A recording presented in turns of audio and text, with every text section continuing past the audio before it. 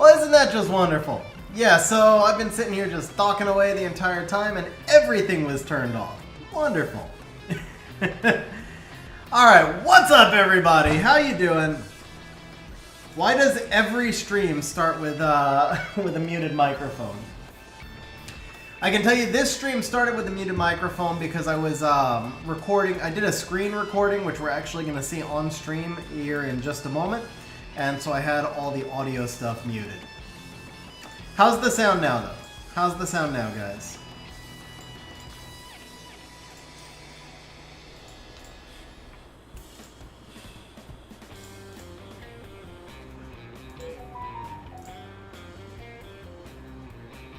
Oh, rip me, Laurel.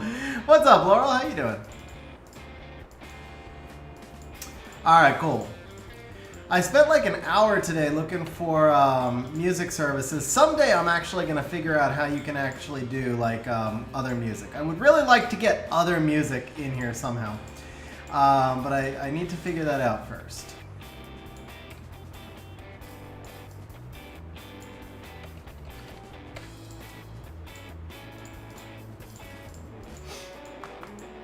Problem is, every time I've ever tried to use music, whether I've paid for it or not, it has copyright flagged me. And I don't really know what the deal is, to be honest. So, there's like no manual for this stuff.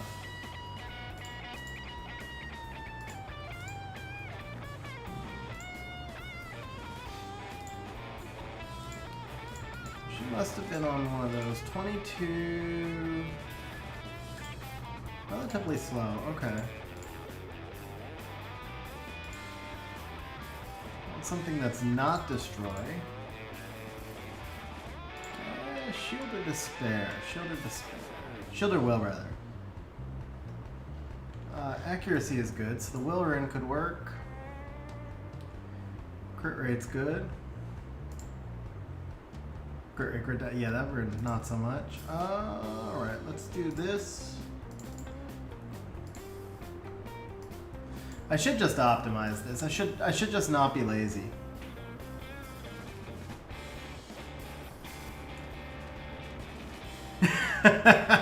Yeah, Sam, we would have negative people on stream if I did that. I cannot sing, play an instrument. I am not musically inclined whatsoever. Alright, let's see here. So we're gonna switch this.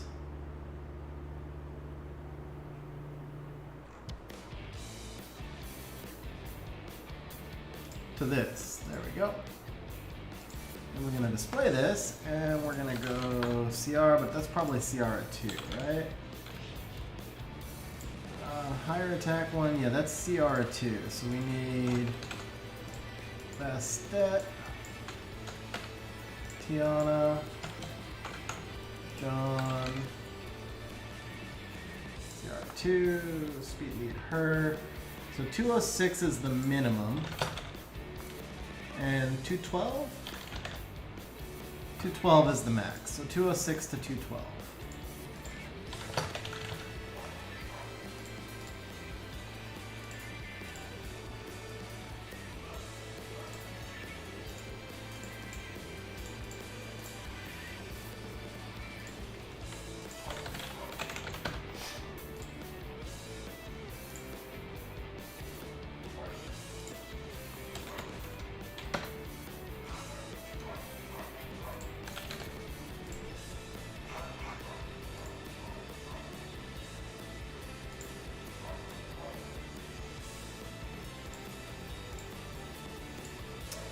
What up, Dark Red? Long time no see, man. How you doing?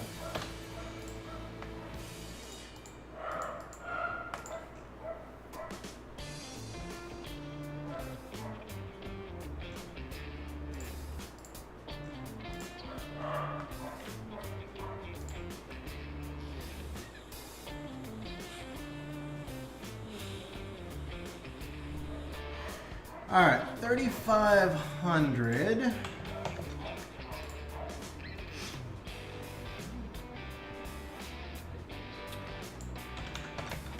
Anything with higher accuracy? Yeah, look at that, 3,400 with awesome accuracy. Alright, we'll do that.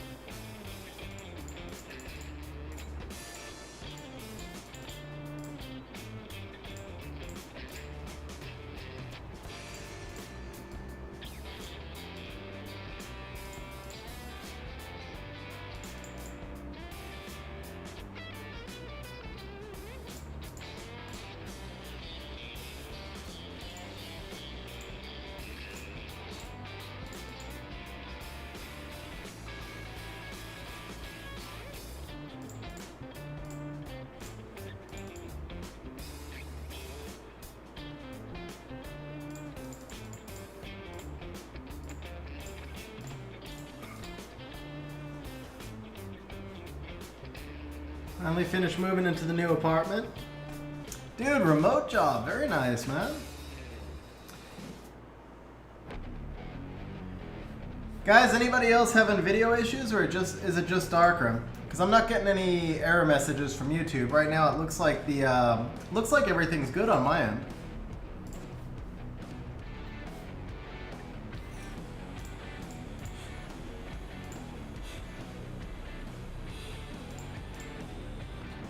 No issues, nice.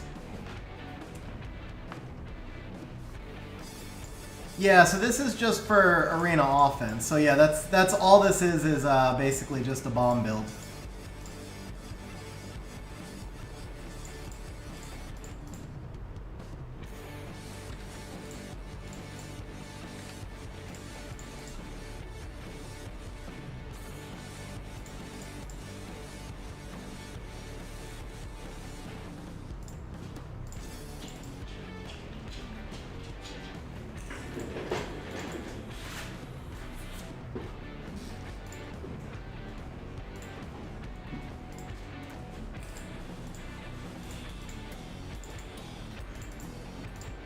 I just kept forgetting to build her or rebuild her. Everything on my account is completely wrecked. Like everything on my account is completely wrecked from Siege Finals. I have not gotten around to fixing stuff yet.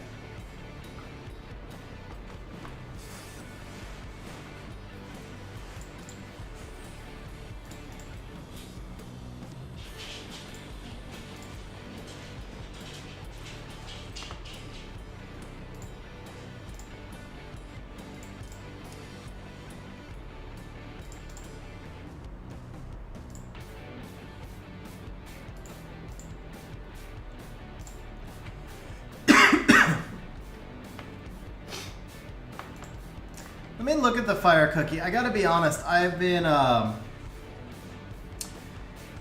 yeah, so Laurel Malicious, I mean, Malicious is malicious, man. I feel like we did extremely well against them. I know you probably heard me say this last stream. They lost one more than we did, so we won the win rate. Not by a lot. They lost only one more than we did. But a win's a win in that regard, right?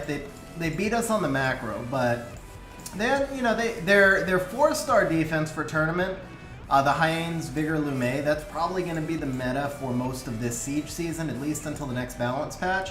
So that defense is just brilliant. The 5-star that they ran, the Sekhmet, Dominic, Praha, that one's interesting. What makes that defense like sneaky smart is the fact that you can build so many different traps with that defense.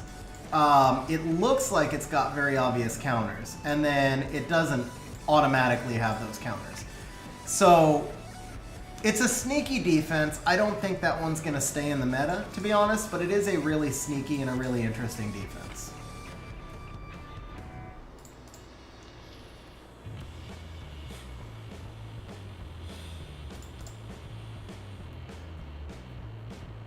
What up, Porch? How you doing, man?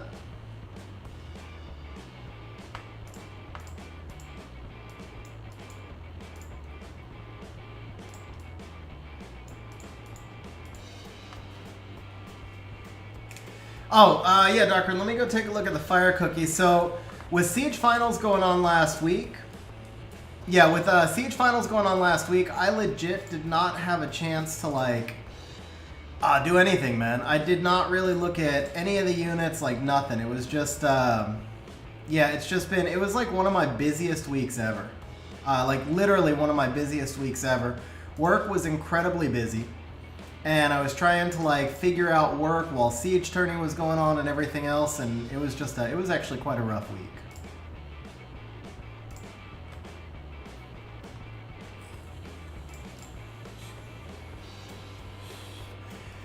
Porch, I'll be honest, I'm actually not sure. So I am going to be benching a lot of Thursdays. So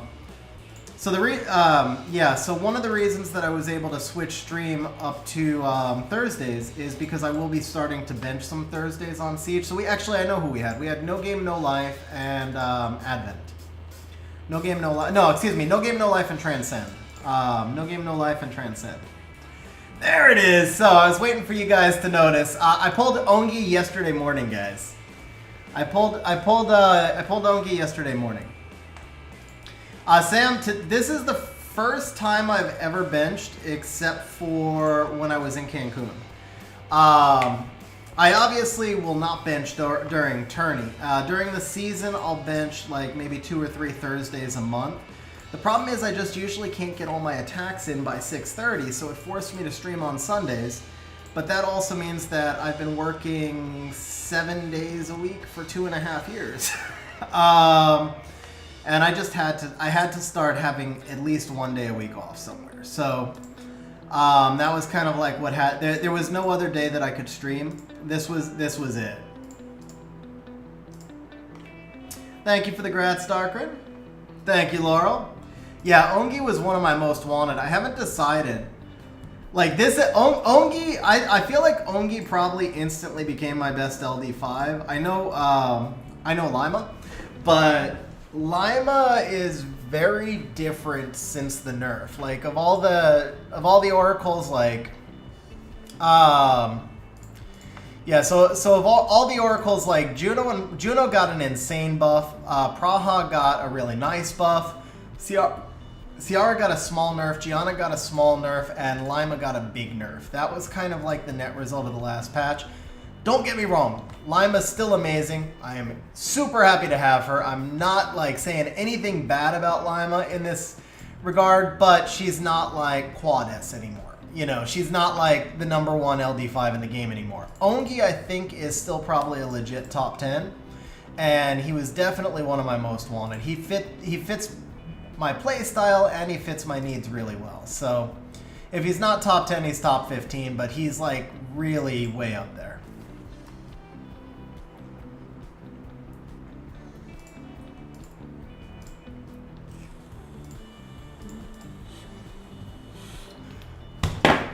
And he's a monster that I can use Siege offense, Siege defense, Arena offense, Arena like he's a monster that can be used everywhere, which is awesome. Yeah, that was like one of my most excited summons ever. Like when I pulled him, my jaw just dropped. I was just like, what? It was just insane. Hey, this gets to see some extra Ongi damage here. Yeah, there you go, 41k. What is my most wanted LD now? It hasn't changed, Tian Lang. Tian Lang #1, Ragdoll #2. That's always been the case. But Ongi was way up there. Artemeel's probably #3. I mean, it's basically all the turn 2. Anything that gives you a chance to play turn 2, and particularly if it's got some cut potential, that's going to be near the top of my list.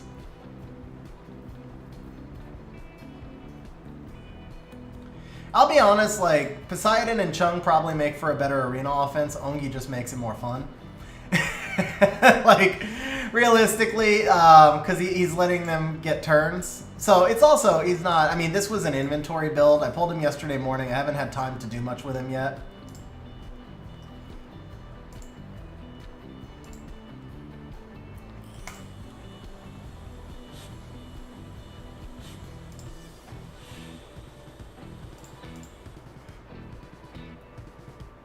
But it is just fun. How many scrolls I ripped through? So yesterday, 3. But on a monthly basis, I probably summon 100 LDs.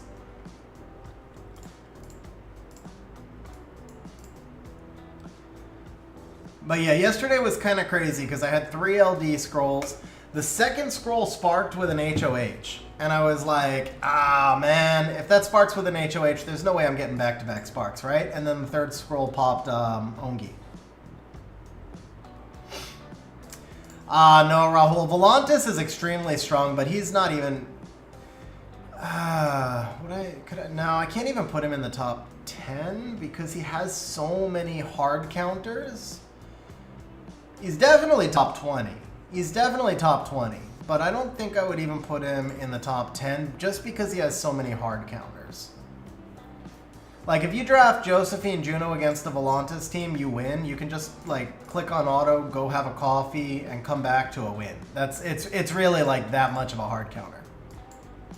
Actually, do I think I even have that where somebody drafted him against me. Oh, yeah, here it is. Yeah, here you go.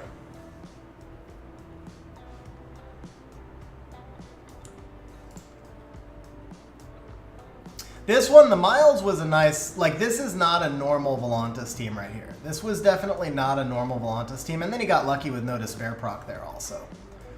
But even so.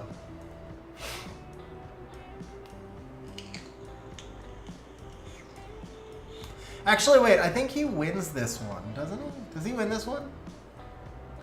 Porch, I'm actually going to be showing the guild battle on stream. I recorded it, and I'm doing a video of it. I don't remember if he wins this one or not. This was definitely not a standard Volantis team, that's for sure. Yeah, he did win this one. The Miles was a really good pick here. Or actually, wait, no, did Fang solos? Does Fang solo this? No. Yeah, the Miles just ripped through me, right? I don't remember this one now.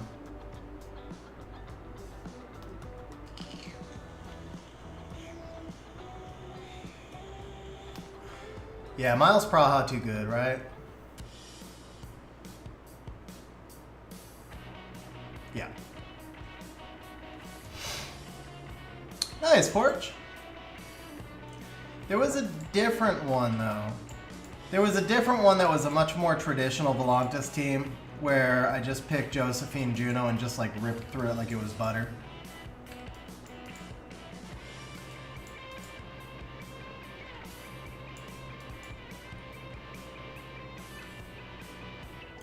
Might have been this one. I saw a lot of Volantises in the last 2 days. Oh, actually, no, this one, I did not rip through this one like it was butter. Again, this was not like a really standard or traditional draft. But it still shows you the power of Josephine against Volantis.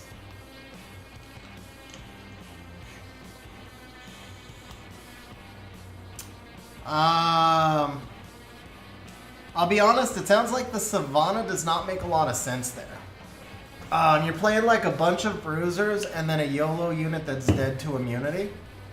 Savannah really needs to be like a last pick on a turn 1 strip team. Rest of it sounds fine.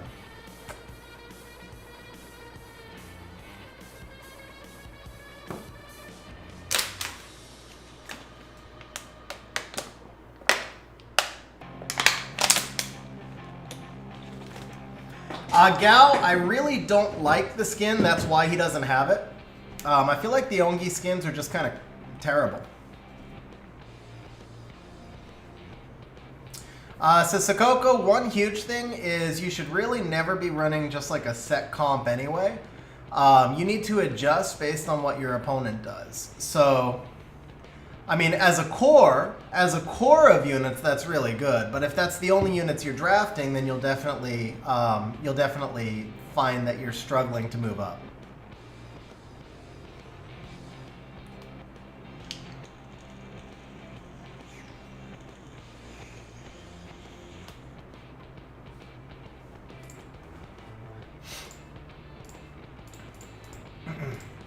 I had a bad little run at the end. Oh, I gotta show you guys this one. I'll show you one last replay today.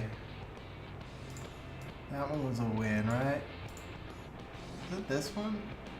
Dude, the power of GU, man. I missed the buff. I didn't realize that she strips into defense break on skill 1. Like, I'm not going to lie. She just caught me way off guard. When he drafted her, I mean, I knew she cycled and did karma, but I was like, it doesn't matter. I'll just snipe the Dominic and I'm good to go, right? Especially when he drafts Beelzebub, because normally I know how to counter Beelzebub. Like, it's not a big deal. But, dude, I legit missed that she snipes. That she defense breaks on turn 1. Like, my tuning here is good, right? Everything's at full health. Everything's at full health. She even misses that strip. Now, I get the cool time. I don't take the attack bar. And boom. There goes my Oliver. Here comes Dominic. And I was just sitting there like, what just happened? How did she defense break me? I was like in shock. I'm like, what just happened? And then, boom, we get strip into karma, into another defense break. Dominic wrecks them all along, and I'm like, what just happened? How did I just lose this? I was in shock when that happened, dude. I seriously missed that buff.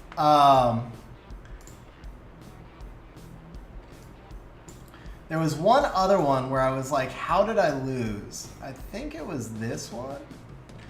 Yeah, this one, I felt like I misplayed it, and I didn't get a chance to rewatch, actually. So I want to rewatch this and see where the misplay was, too. At the end of this fight, my jaw dropped. I couldn't believe he got enough damage out of his Moor to win. But I also felt like I misplayed this somewhere, and I'm not sure where. At the time, I couldn't think of where it was, but it felt like I outdrafted him a lot. Like, it felt like this should have been... So one thing here is I kept trying to get into his Moor. I think right there I should have gone S2 into the Shizuka, but the Shizuka was reset. So actually I should have gone S2 into the Miles.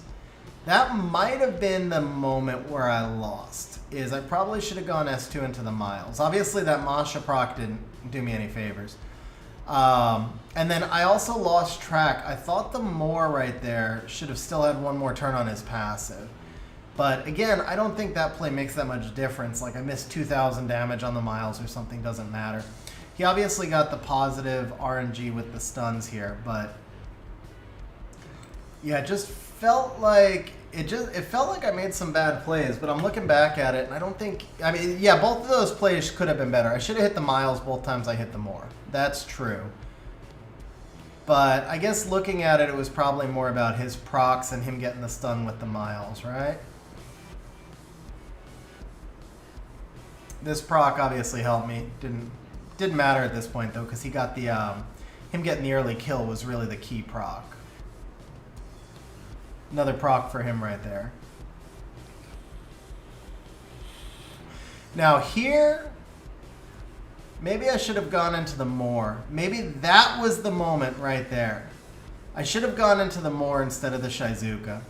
And then right there, I'm like, how did he kill my Julianne? How did the Moor do that much damage with Riley on the field? I was just like in shock, right? So I think if I kill the Moor instead of the Shizuka, I probably win that one. That was probably my misplay. That was where I messed up.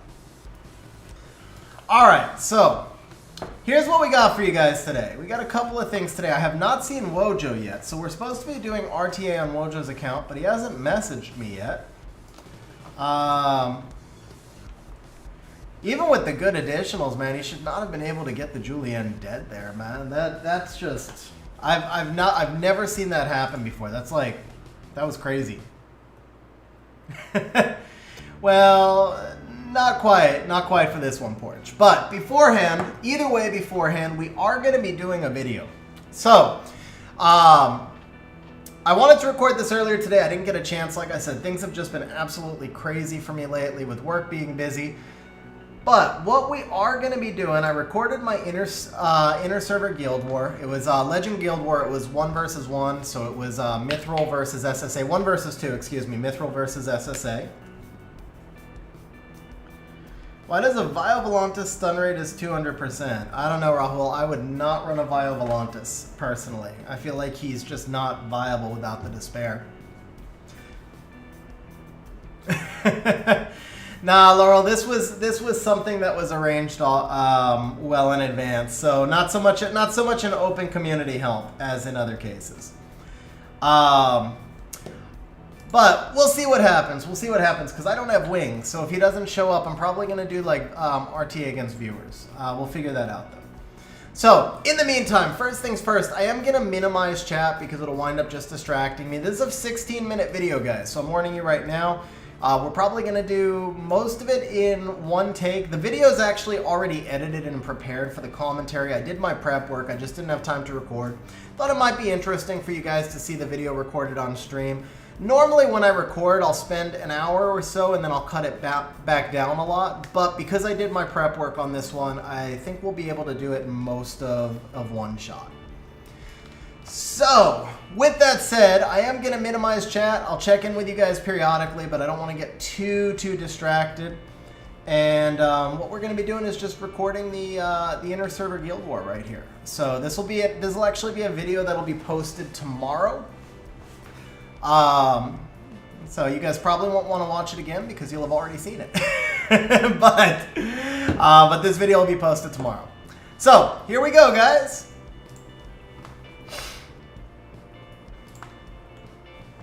Hey, it is Zennial Gamer here today with some Legend Inter-Server Guild War ISGW. It is Rank 1 versus Rank 2. It's going to be Mithril versus SSA. So, I've got my 10 attacks here on video for you guys. The first attack you guys can see, just watch this Nagong, by the way. Just watch this Nagong. This is absolutely insane. So this is against Heaven's Royalty. We took the Gani Rika Wusa in against Nagong Dominic. Might have to speed this up just a little bit because I think I played this a little bit slow. But I just want you guys to watch this Nagong at the start. I think the Nagong like gets reset on turn 1 and procs back to the skill 3. It's like an 8-turn cooldown and it's back to skill 3 by turn 2 already. So basic concept of this team. Yeah, here come the procs. Here come the procs. There you go. Basic concept of this team is pretty straightforward. Control the Nagong with the Gani. Now, a lot of times when you run the Gani Rika Wusa, you might be tempted to ventilate the Rika, but in this case, because of the Dominic being on the field, because of the potential for high damage, I focused more of the ventilates onto the Wusa. And you'll see with the volume of procs here, we actually do wind up losing the Wusa at the end. It gets a little bit sketch. But we're going to keep just trying to keep the shields up and keep the healing going through the Wusa and just try to let Rika cycle herself. I think she gets 1 sleep the entire fight. So the Rika never did really cycle herself much. Here comes the Nagong again, going with the procs. And you can see, obviously, we want to get that Dominic off the field. He does have the Soul Protect up for another turn, but I figure at this point we're okay. Because even if he does revive, at least he loses his turn. Now here, of course, I didn't want to wake up the Dominic, and I did want to try and cycle the Rika. We got our 1 sleep there. I think that was the 1 sleep for the fight. Make sure that the Molly can't cleanse the Dominic. That's a big deal for me right there. So the Wusa actually getting more sleeps overall than the Rika. Now, not all of these fights are going to be quite this long, guys, but there are a few bruiser fights in this match, but not all of them will be quite this long.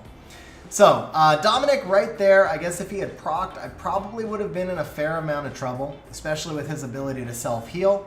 And I don't know, I actually feel like this is still a pretty good counter. I feel like I would bring this counter in again because the volume of procs that the Nagong gets, the Dominic didn't go proc crazy, but the Nagong actually just went proc crazy. And so I feel like this is kind of close to worst case scenario. With that said, you guys are going to see some really bad comps from me today. It's a little bit embarrassing, but I recorded the video, so I'm going to show it anyway. So here is the reality. We just got out of Siege Tourney Finals. My entire account is absolutely ripped up. And I do take Inner Server Guild War very seriously. I actually enjoy it quite a bit. But it is so much work to go in, organize all your comps, and then realize that you're missing runes on something, back out, and have to reorganize all of your comps again and again and again. Because we can't save progress, it is so frustrating. I spent like probably 40 minutes just going in and out of that menu and then searching through a box of 650 monsters, rebuilding all my teams, only to find out that something was missing a rune and having to back out again. And at a certain point, I just kind of got overly frustrated. So, in this fight right here, I'm not going to lie, this tractor has no artifacts. Not bad artifacts, he has no artifacts. I had all my teams loaded up, and then I saw that he had no artifacts, and I was like, I cannot do it again. No artifacts is good enough. Artifacts are overrated. So guys, if you're watching this video, artifacts are not overrated. They are extremely important. Please put artifacts on your monsters, especially if you're running a Tractor Lala comp. But I got away with it this time. So it was a violent tractor. This is going to be a really slow fight. We can probably skip forward here just a little bit. There's two ways you could deal with this fight. You could honestly, one of the ways is to focus the Volantis first because he's a little bit faster to kill. The other way is to focus the Savannah first because she's putting the heavier damage into your tractor. Now, there are some situations, if you notice that it's a damaged Nana, in this case it was not a damaged Nana, but if you notice that it's a damaged Nana, it can also be worth throwing a tractor stun into the Nana on occasion. The reason, by the way, we went through the Savannah right there, you saw how much damage the Savannah just did to tractor. I knew that I had no artifacts on the tractor, and so I wanted to keep the Savannah controlled as much as possible through the stuns. That was basically it. But Volantis is actually just feeding me heals because of the Juno passive. So I wasn't too worried about the Volantis, and from here, once we get the Savannah down the second time, it's just easy, smooth sailing. So we can jump forward here a little bit, and you'll see we'll jump up here, jumped a little bit too far.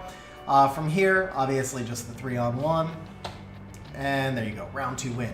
Okay, round 3, this comp, this one was fully ruined. I do believe that maybe I made a bad judgment call on this one, because this is not one of those ones that I'm going to be like, oh, I didn't have something else and it wasn't ruined or whatever.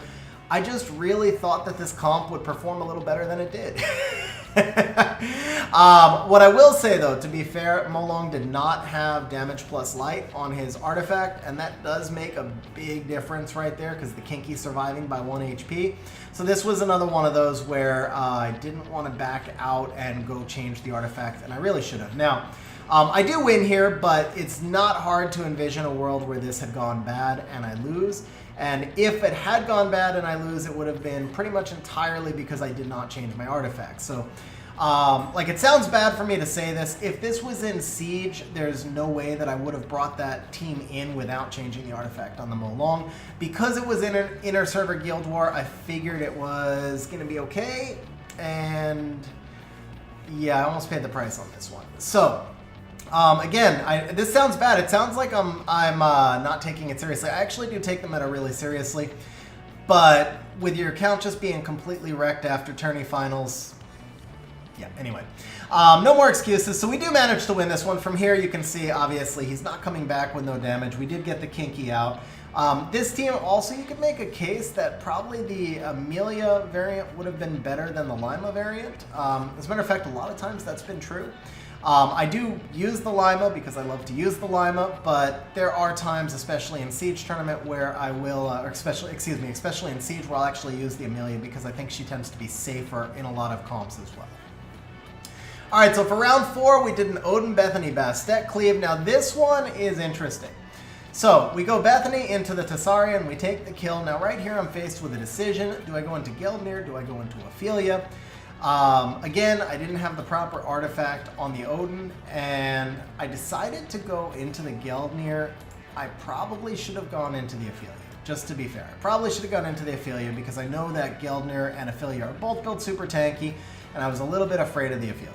But had I gone into the Ophelia, I would have been able to, let's say, manage Geldnir's HP a little bit better. So one thing about Geldnir is he only hits the monster that gets attacked, right?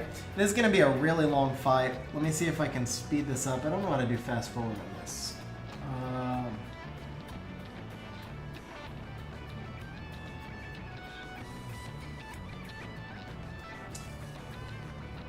Playback.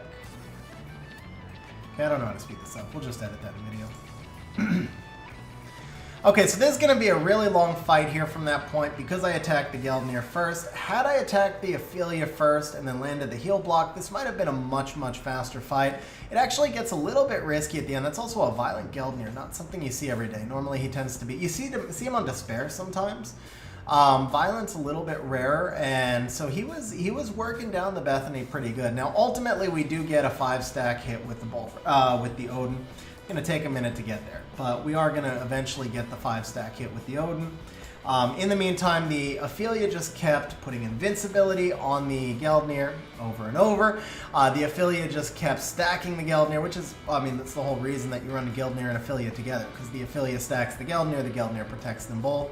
He didn't have a lot of damage, but he still was almost able to work down the Bethany. The interesting thing about this is the Odin stole the provoke several times to keep the Geldnir from putting too much damage into the Bethany. Anyway, with that said, I do think that was a misplay, and I made the fight closer than I needed to. Had I just gone into the Ophelia with the Odin, I would have been in much better shape.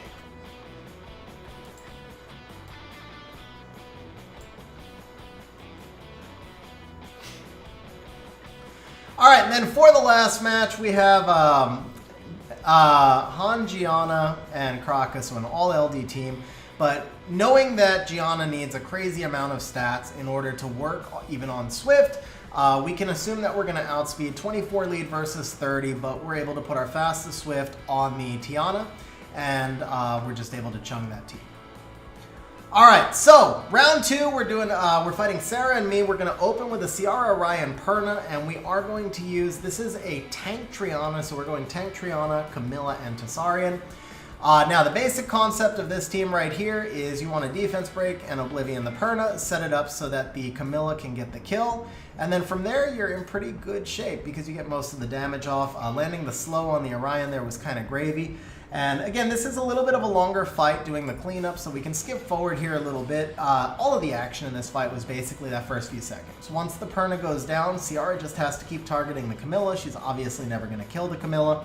And so all the action in this fight is basically in the first couple of seconds. We get the Ciara down. You can also make a case to kill the Orion here, because the Orion is what adds most of the RNG. Like, if Orion defense breaks the Triana, the Ciara could bomb Triana. But Camilla now heals on her passive. Triana's got the cleanse, and this is, again, a super tank resistance Triana. The resistance probably not mattering so much against Ciara, but the tank does matter. Now, this is my worst comp of all of Inner Server Guild War. I made up all those excuses at the start about how my account's not ruined, etc., etc. This is the main comp I was talking about. Other than having not changed a couple of artifacts, which does matter, this is the one truly bad comp I brought in. And it was just because I had nothing ruined to counter this team, and I had already been like, so I can tell you guys, like, when I recorded the Inner Server Guild War, it was an hour and 6 minutes. So I spent an hour and 6 minutes, and it was 16 minutes of fighting and 50 minutes of resetting my teams over and over and over every time I backed out of the menu. So this was the very last team I had to come up with, and I just couldn't bring myself to go build another team. Again, I know there's excuses, but it's just the reality. So we went with Fang Velatalk. This team will win the majority of the time, but it is super, super risky. If the Nora gets too many provokes, or if the Kinky like had gone S2 right there, this team could have gone really bad. Like, if the Veligil was provoked at that point, this team could have gone really bad. As it was, I think I did lose the Talc. But by the time I lost the Talc, the Nora was already off the field. And once the Nora's off the field, the Fang and the Vela can basically handle this 2 monster. So I'm pretty sure the Talc goes down right here. Maybe, maybe not. Actually, maybe it goes down on the next turn. But again, from this point, like, once it's Dominic and Kinky, there's nothing that can be done. But the big risk to this team is that if you don't ever get the Veligil to get a turn, if the Veligil goes into a permanent provoke state, you're probably not going to get enough turns or enough damage to actually win. So this was definitely a weaker comp than I would have preferred to have brought in.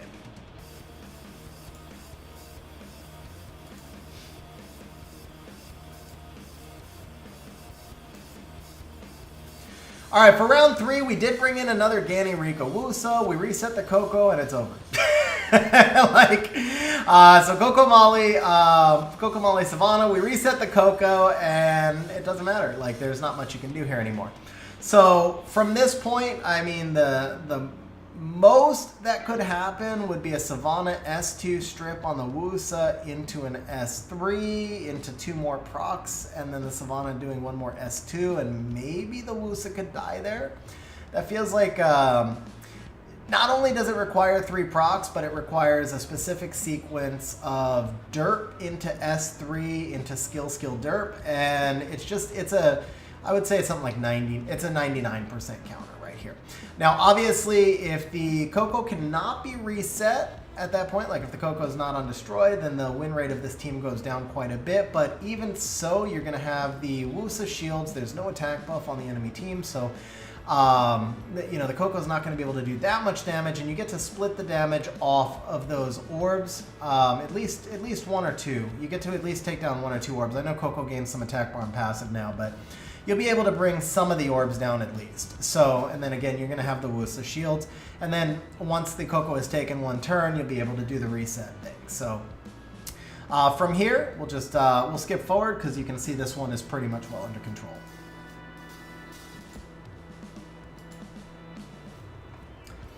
All right, so for round 4, we have got, now this had nothing to do, so this one gets pretty sticky. I'm going to tell you guys, this had nothing to do with me not having monsters ruined. This has everything to do with me underestimating Maya. I had never fit Maya as the Dark Totemis there in the center. I'd never faced Maya before, and I read the kit in advance, and I didn't think that the kit would be quite as impactful as it was, but it was pretty impactful. I guess it was more the despair stuns. It was kind of more the despair stuns that made this a little bit sketch, but the fact that, like, to use the attack bar boost with the Mephisto, I did have to stack totems on the Maya. This got a little bit sketchier than I would have liked, and it's Maya mirroring a lot of that Nora kit, and so this team was probably a little bit riskier than it seemed like on paper. I thought this was going to be a pretty solid counter when I first brought it in. So again, this one, yeah, I mean, it does win, but it's not hard to imagine this losing. So a big part of what put me in bad shape was the Maya being on despair. Obviously, Maya cannot Vio proc and be on despair. However, if the Nana was on a damage violent build, which it may have been, we just didn't see many procs out of the Nana, but if the Nana was on a damage Vio build and had killed my Shran on turn 1, I'd probably lose that. So that is not a counter that I would use again. That Shred Mephisto counter, I would not use that again against that team. Now here, this is Nana Kinky Riley. This is a team I have not been using very much lately. Between the Nana nerf and the Kinky billion nerfs, this team has gotten a little bit riskier over time, but this was definitely a great situation for it. It was, I mean, you guys could see, this one was really easy because we take, even if Molong procs and gets a single kill, we're still...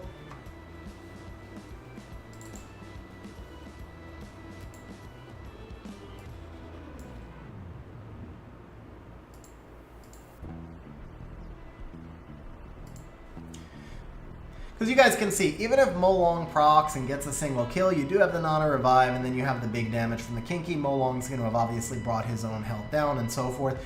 So while that's not a comp that I get to use very often these days, in the right situation, it's still a really strong comp. So anyway, there you guys have it. 10-0 in the Legend Inter-Server Guild War. Did I deserve 10-0? You can put your thoughts in the comments down below. I would say that I played one risky comp, I made 2 misplays, and I probably brought in 1 comp that was just bad. So I would even say I didn't deserve 10-0. I think I probably got lucky. I don't think I luck sacked. I got lucky that the opponents didn't have crazy RNG, right? So always some room for improvement, always some room for improvement. First step to improving, put runes back on my account and put them back in the right place after a siege turn. Alright guys, on that note, as always, hope you enjoyed the video. I appreciate you watching, and we'll see you next time.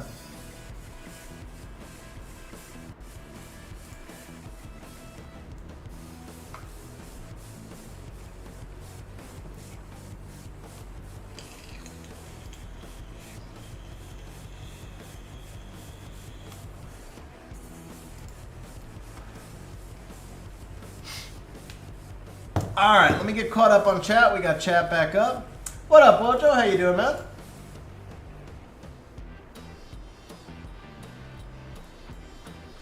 Hey, Gilbert. I've got Giana. Yeah, I've actually got 3 Gianas.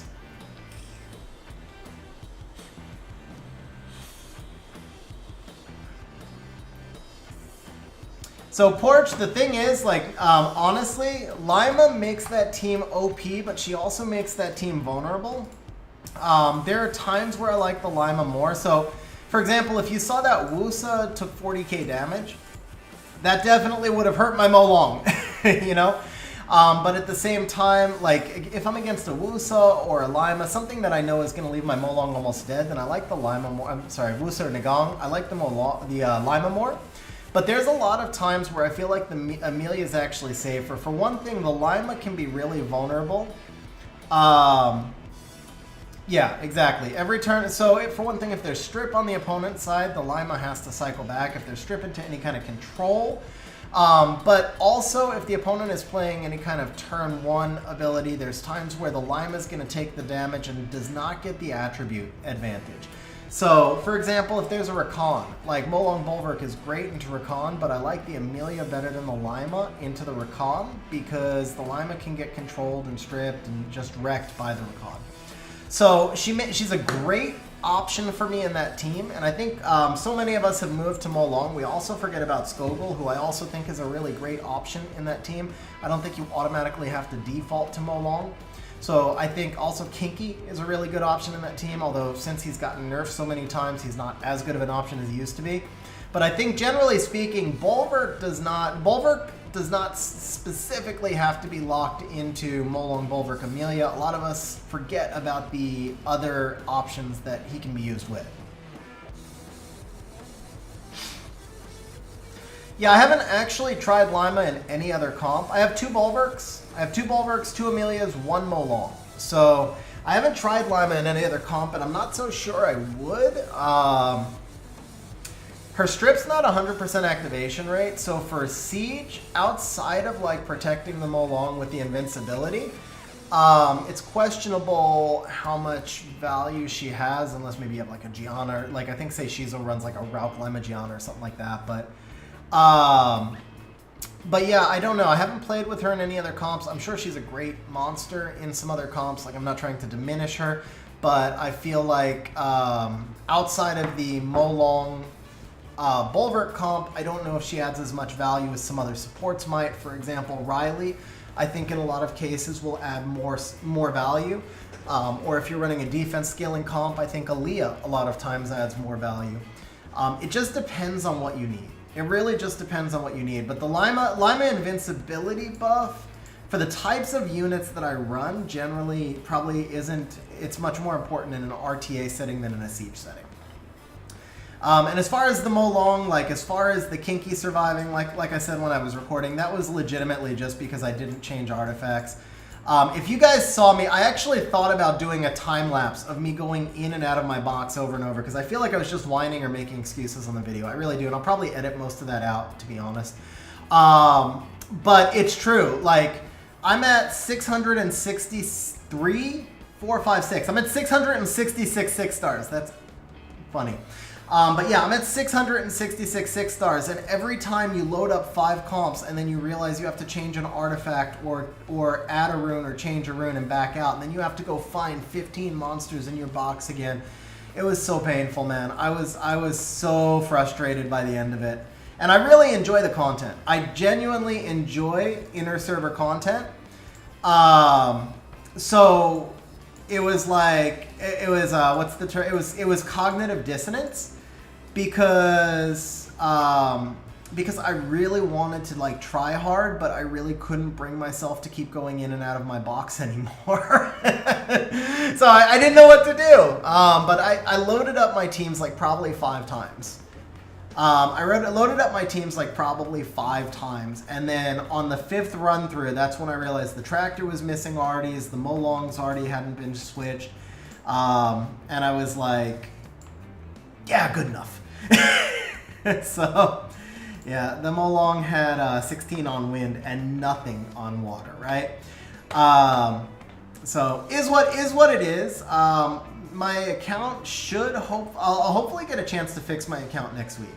And then I shouldn't have to be bouncing in and out of the menu as often, right? But right now I have like everything on my account is freaking broken because during finals you just keep moving runes, and you really don't even worry about it. You're just, you know, it's all just so fast. And it's like, okay, I got to prepare my next comp, I got to prepare my next counter, I got to do this, I got to do that, I got to change my defense. And you just start grabbing runes, and you don't even think about it. And then after finals, you're like, bro, I got 300 monsters with broken rune sets and 1 monster that's properly runed.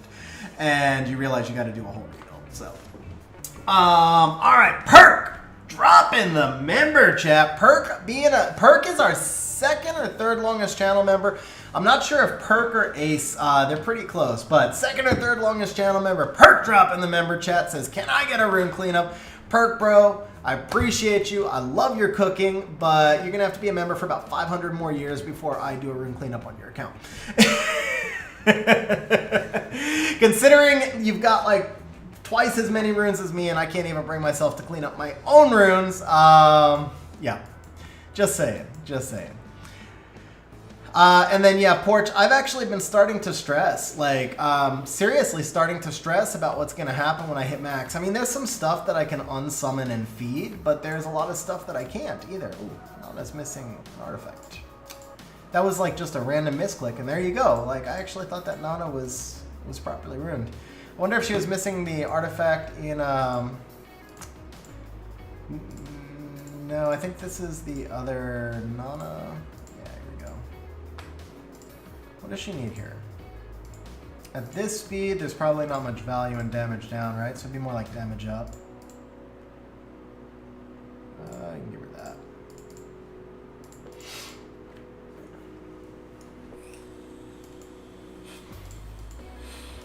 But despite my laziness and my lack of dedication, we are looking good for the siege. We are looking good for, we are looking good for the Inner Server Guild War. So, I think we have one member with an attack left. Nope, we're done. Boston Cream Pie, strong defenses then, huh? You caught that, huh? Yep, that is, I summoned him yesterday morning.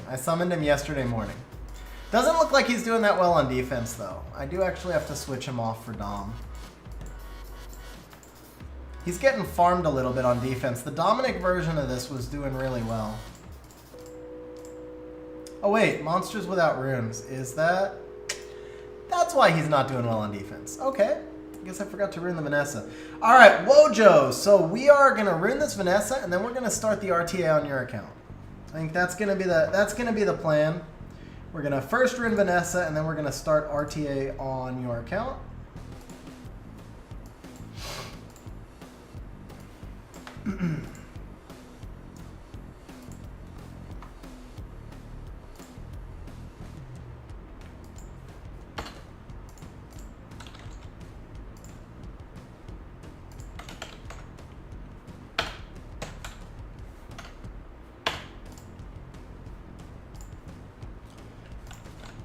Like I said, I'll be finding surprises of monsters being unruined forever. Like, I'm gonna find so many monsters just randomly being unruined. Everything is busted. Everything is busted.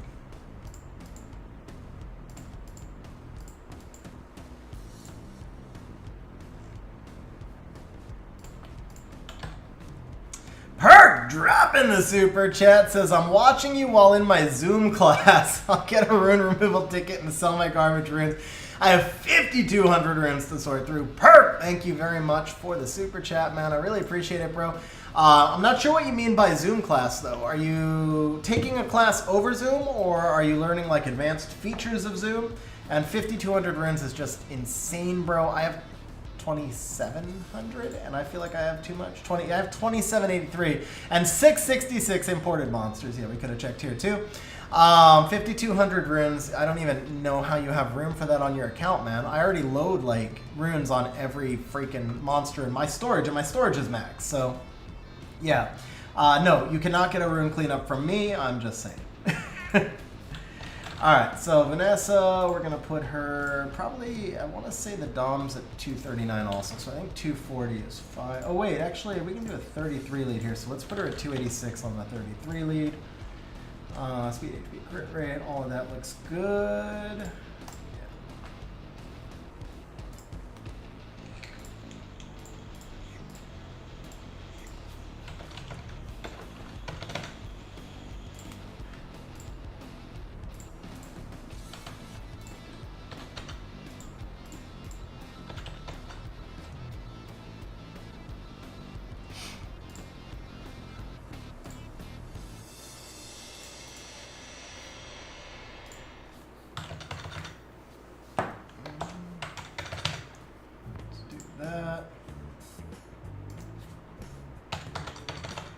do that.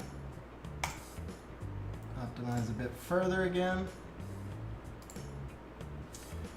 15,000, that's not bad, so let's do that. 14,014.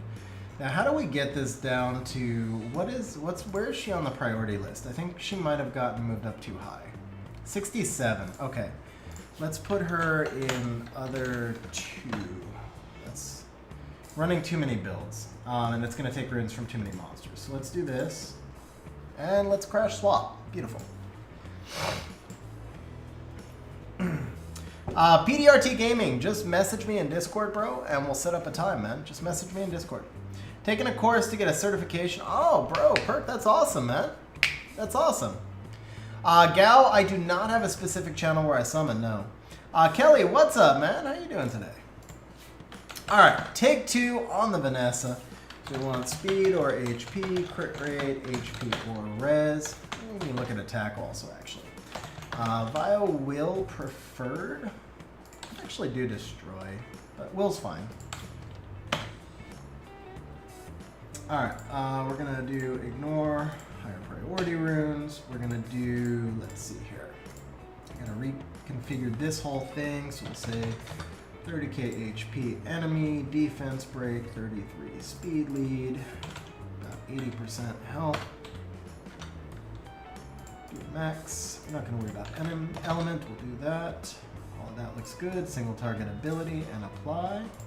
Let's go ahead and stop that. We want at least 20 accuracy, 27,000 and 14,000 and 286 with a 33 lead and a 15 tower. No broken.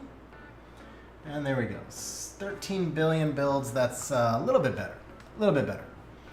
All right, we're going to let that run. That's going to take 30 seconds. We'll let that run. We'll go ahead and do like an arena wing while that runs.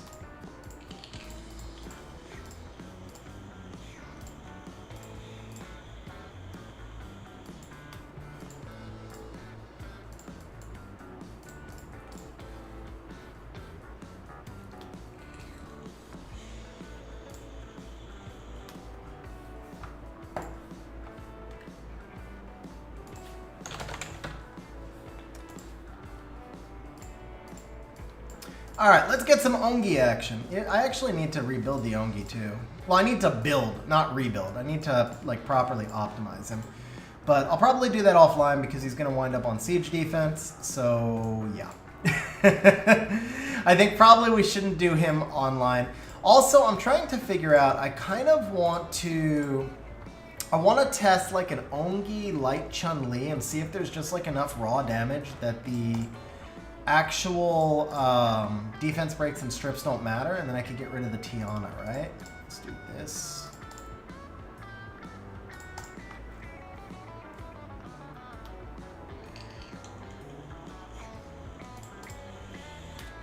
You don't want to stun the Ongi there. You don't want to stun the Ongi there. That was a mistake. Please don't. Oh, why you gotta kill Galleon? I wanted to see the Ongi come out of stun, man. I wanted to see the Ongi come out of stun.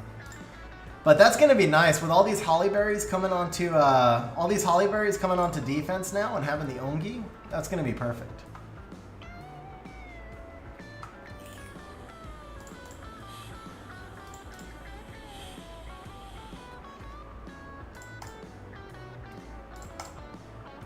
I don't need to rune a Kaki at all anymore, do I? Like, there's no reason for me to have a Kaki ruined anymore, I guess.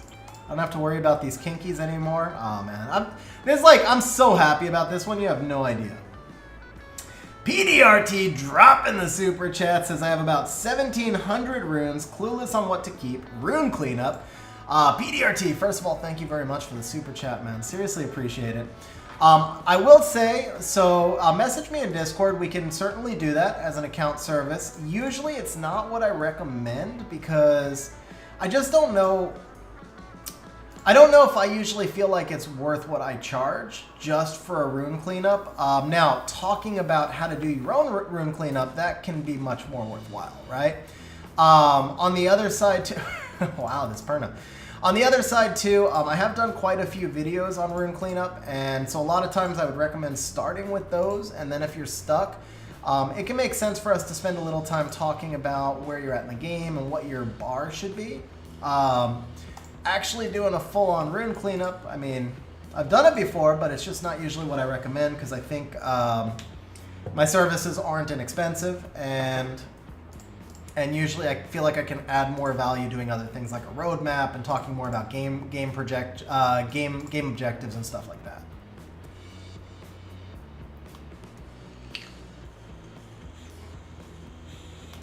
Also, rune cleanup takes a lot longer than a lot of people realize.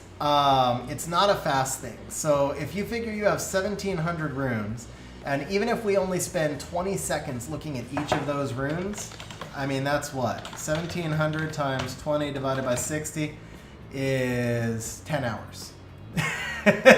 So it just takes a lot more time than a lot of people realize. Artifact cleanup. Now, to be fair, like artifact cleanup, if you're talking about just cleaning up the artifacts you farmed, that has gotten much, much faster for me. And a lot of that just comes from experience. Like, I don't know that there's any single fast way that you can do it or whatever. But it has gotten much faster. So I can do a quick run through right now on stream, show you guys how I do my artifact cleanup. I've done this on stream before, so I'm not going to do a whole long thing on it, but... So basically, for the artifact cleanup, if you're hurting on mana, I'm not going to lie, if you're hurting on mana, then this is not necessarily the best way to do it. But if you've got enough mana, or if you're endgame enough that you can keep farming mana, what you want to do is turn off equipable artifacts only, so you can look at all of your artifacts. And then you actually just want to +6 everything. Like, just +6 everything, because what happens is, and this is just an interface issue, but it's much easier to read an artifact once it's +6, and also once it's in the artifact queue. Like, Come to Us gives you colors and big text and all this other stuff that makes it so much freaking easier to read. The only thing that is missing is when you're not in the power-up queue, you can click on this and see your roll ranges. And it is nice to be able to see your roll ranges, but other than being able to see your roll ranges, everything is so much better in the queue. So I come here and it's like this giant pop-up screen in front of me. It's so easy to read. And then I'm just like, basically what you're looking for. Let me see if I can show this on screen, guys. I actually did this bullet pointed. And if I can't show it on screen, I'll just put it in chat, right? But let me see if I can actually put this up on screen. I wrote this out a while ago in Discord, right? So you guys can actually screenshot this. I'll repost this in Discord also. But for those of you who are not in Discord, I'm going to put this up on screen here for just a moment. Let's go to desktop. Save that there. Move that. We need to open this. Let's do this. Let's do this.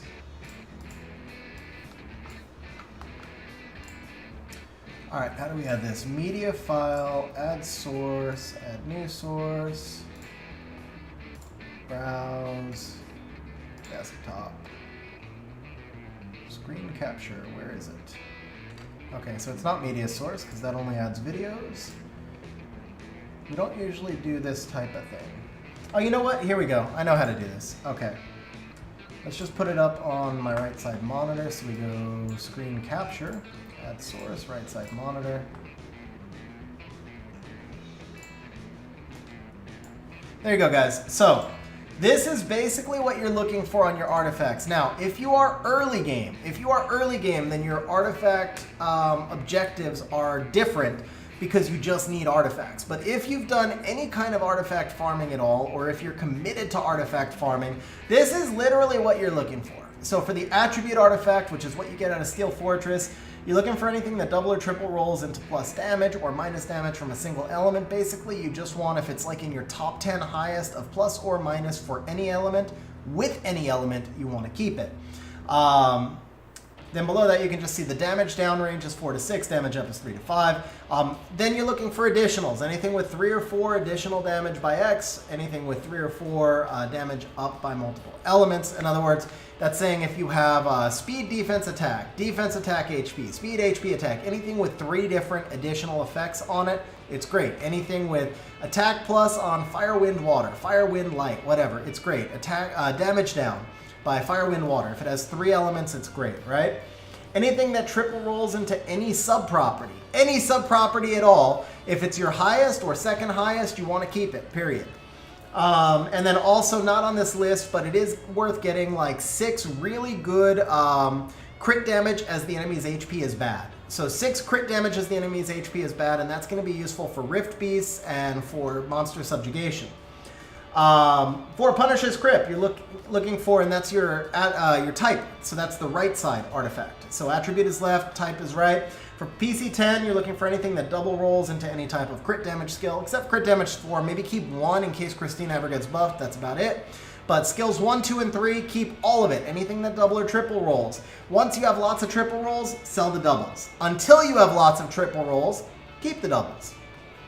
Anything with, again, 3 or 4 additional damage by X, anything that triple rolls into any sub-property, anything that double rolls into any kind of recovery or accuracy. Once you have lots of double rolls for recovery or accuracy, then look for triple. Again, don't worry about if it's S1, S2, S3, recovery, accuracy, doesn't matter because different monsters have different sub-properties. When your artifacts get full, stuff them on monsters in storage and farm out some more.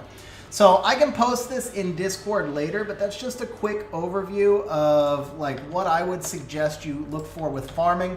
Not on that list. I would also add in attack increasing effect. So I think I did forget for your artifacts, like you're gonna want, well, it does say anything that triple rolls into any sub-property. So that's fair, because you're basically looking like anything that multi-rolls into attack increasing effect, anything that multi-rolls, yeah, blah, blah, blah. So the whole point is anything that triple rolls into any sub-property. So going back to the power-up manager. Now, when I go into the power-up manager right here, what are we going to see? I see split rolls into accuracy and recovery. Don't want it. Because now I've got this great graphical interface. I see split rolls into crit damage. This is also a low roll.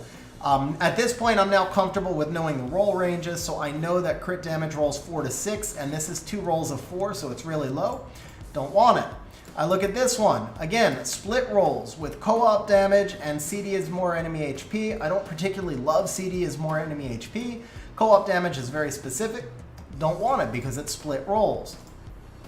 Again, split rolls, additional damage, skill 1 recovery. This one theoretically could have some value.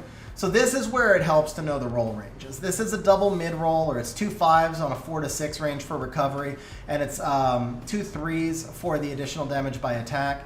Overall, this doesn't synergize super well, so for me, I don't want it. That does help knowing the ranges. Right here, this is max. So 8% of attack, this is 2 maxes right here. The HP when revived is kind of useless. But this one I would actually roll because if it hits 12% of attack, it's actually pretty awesome. Anything other than 12% of attack, it's a straight sell. Even a 10% of attack at this point, it's actually...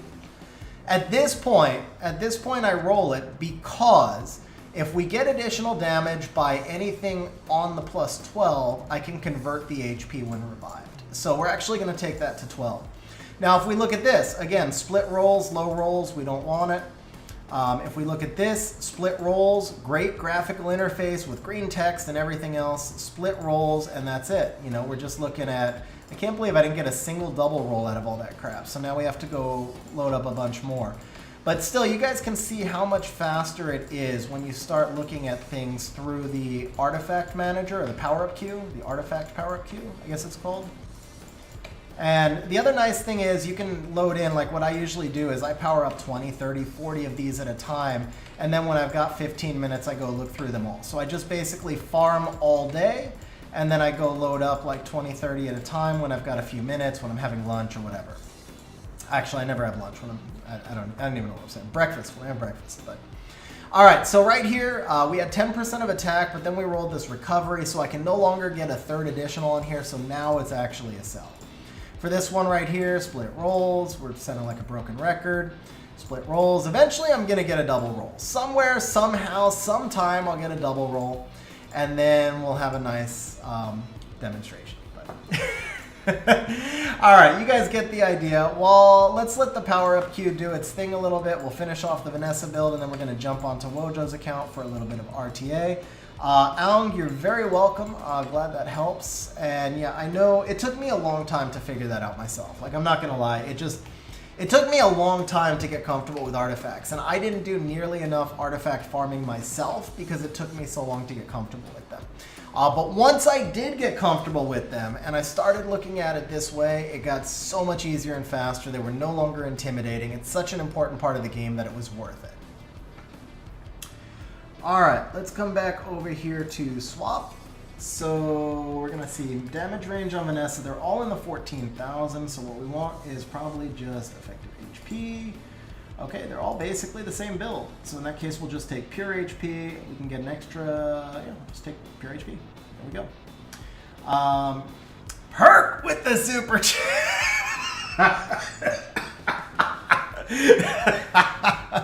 Perk with the super chat says, I still don't get it. Can you do that again? Perk, I can actually do that 1,000 times over. All you gotta do is after stream, this video will post and you can just replay that section on a loop as long as you want. Perk, thank you very much for the super chat, bro. I appreciate you, man. That was good though. That was honestly, that was really good, man. That was really good. All right, so one of these runes I cannot actually use, but since we don't care that much about the Vanessa build, we're just gonna manual it. So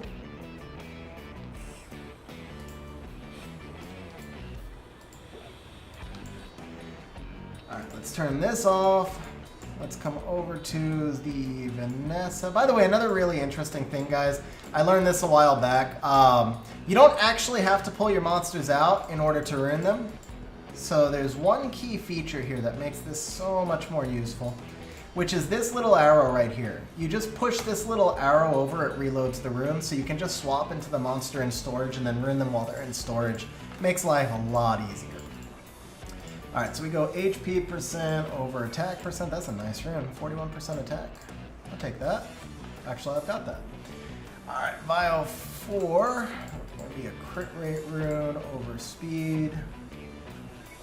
This is coming from a Marna, 14 speed. So that's probably where we'll need to balance things out. So this one wants this Vigor rune, which I can't give. That's 25 speed. Fastest rune that's available is 23. So I need 2 extra speed. Actually, I don't. 288 tick build, so we're fine. Okay, cool. We can go Vial 2 speed over attack. It wants me to use a really crappy rune here. It wants me to use a really crappy rune, which I don't want to use. It wants me to use this rune. This rune's kind of garbage though, so let's go ahead and use this one. We lose the crit rate. We lose the accuracy, that's the thing. So how about this? That's a much better rune. Okay, we'll do that, and then we're going to take Vial 5 over crit damage. Nice to get to use a rune like this once in a while. These runes normally don't fit anything. And then we need a will slot 1. Yeah, see, I don't want to use this rune on Vanessa, that's the thing. 27 speed, that's an awesome rune. I don't want to put that on Vanessa. So let's go 24 speed, because that's a mediocre rune. And then let's upgrade off of the slot 4. Instead, we're going to go Vial, crit rate, something like 17, 18 speed with no stats. 18 speed with that. There we go. That'll work.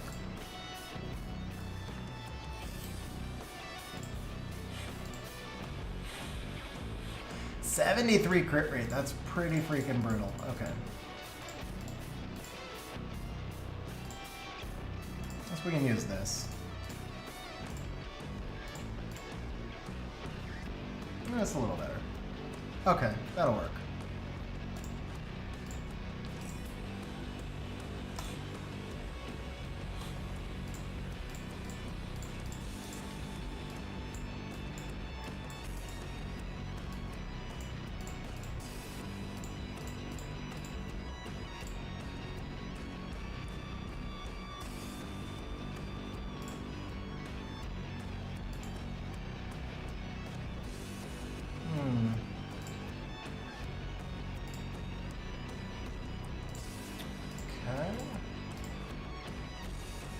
From fire. Okay, that'll work.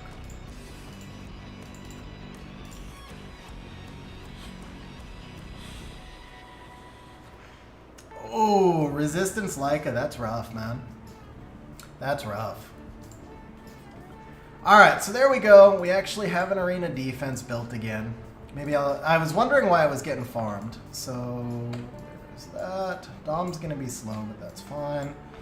Molly's good, and Laura's good. Okay.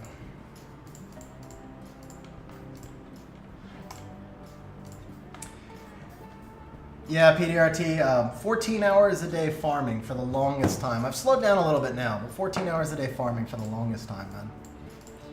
Still farm a lot, I just don't do 14 a day anymore, but I still farm a lot. Is he ruined? Is she ruined? Hey, they're all ruined. Cool. I wonder if they're still speed tuned. Perk, why would you want good rune quality? That would just be a step down for you, bro. You have insane rune quality, so good rune quality would be like a huge step down.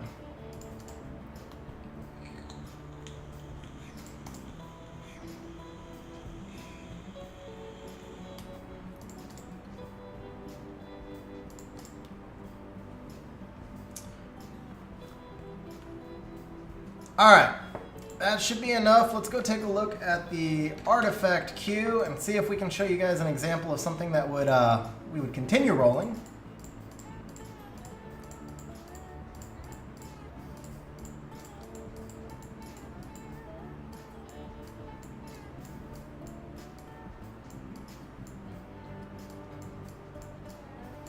Oh, I was doing types, okay. So, and then here again, I can just load up the queue a little bit. I just put everything to 6. It's not the best use of mana. Like, it's honestly not the best use of mana. Hey, Perk, thank you very much for that. Yeah, it's pretty, I've been on the most insane run, man. Like, legit, just the most insane run. All right, so again, split rolls. Now you could, if you don't have like, so for people who don't have like a really high skill 3 accuracy, you could roll that again, man. You could go, if 17 is your highest skill 3 accuracy, then roll it again. But if you've got a bunch that are better, then you stop. Right here, hey, there we go, 17 skill 3 accuracy. So that's an example of one that we're gonna go to +9 and look for the triple roll. This is split, again, the additional by speed. If you don't have anything with additional by speed, you could roll that. This is interesting. So we could actually triple roll the skill, we could double roll the skill 2 or skill 3 crit damage, but these are high rolls. So the range is 4 to 6. So if it hits either of them, it's actually a pretty good artifact. So that one's worth taking to 9. This one is low rolls and split. This one is low rolls and split. This one is low rolls, one low roll and split, split, low roll and split. Double low roll, but it's still a double roll, so we can keep that one. That one was split with kind of medium rolls. This one's medium rolls. This one's got a chance to triple, so we take that up. This one we sell, and you guys can see this actually goes through pretty quickly once you get the feel for everything. Now this one right here, this was our double roll, and it went into life drain, so 17 accuracy with 2 useless sub-properties doesn't do me any good, so now I can sell it at the 9. This one also missed the crit damage, so we can sell it at the 9. This one right here missed the accuracy, so we sell it at the 9. That's what's going to happen more often than not, right? This one, however, tripled. There we go. We got our first triple roll with a little add damage as well, so we can take that to 12. And then this one missed the triple, so we can sell that. And just like that, in, I don't know, 4 or 5 minutes, we went through almost 30 artifacts on cleanup. So that would be the way I recommend it, guys. Again, it's not the best use of mana, so if you're struggling on mana, you probably can't do that yet because you are spending, I don't know, 10,000 mana for every artifact. So I'm basically paying for a convenience, and that's because I have the ability to farm all day. I'm always hurting on mana. I am always hurting on mana, but I farm enough that I can survive it. So if you're hurting for mana, then maybe you have to spend a little bit more time. But if you've got, you know, so many people in the game nowadays have like 200 million mana. So if you've got just crap tons of mana sitting around, then, you know, that's the way you can do it. All right, guys, so we are going to now start to log on to Wojo's account. Wojo, do me a favor, verify that you're there. That's the first and most important thing, because I'm not going to log onto your account if you're not. Perk, that is a different ace, bro. That is a different ace. But what up, Ace? How you doing, man?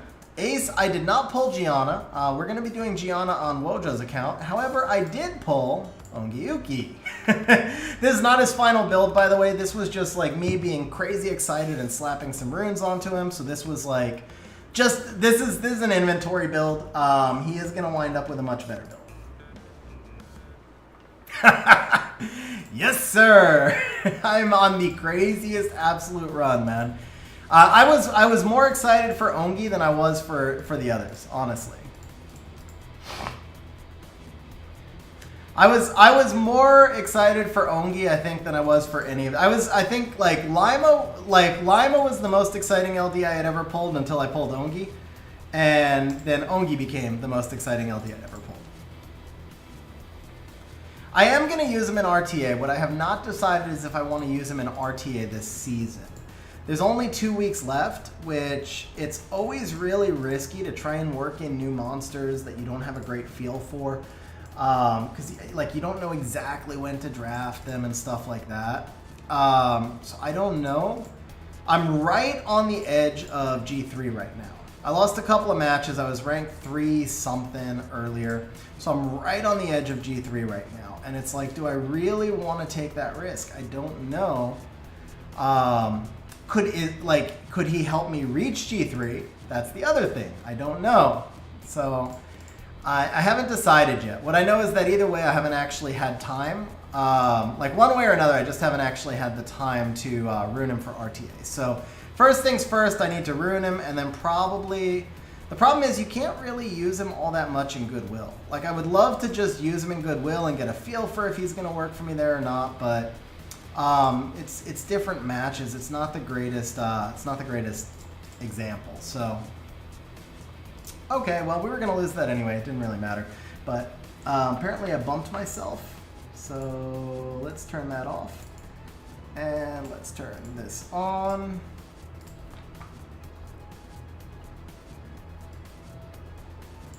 Thought I was logged out of BlueStacks, but apparently not.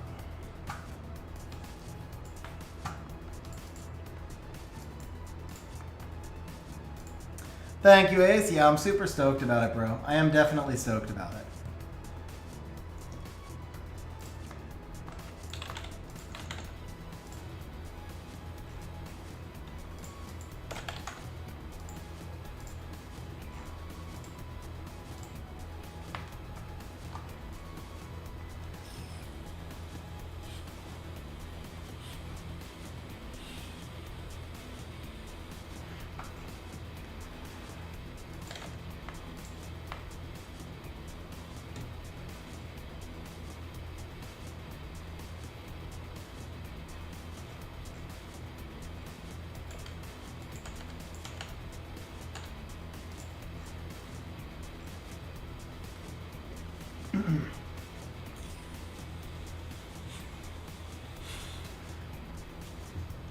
Come to Us has made them insanely easy to get. I mean, they've just been reigning for... I mean, obviously, if you're free to play, it's still pretty rare to get them, but it's less rare because even they've made LD Scrolls much more available for free to play.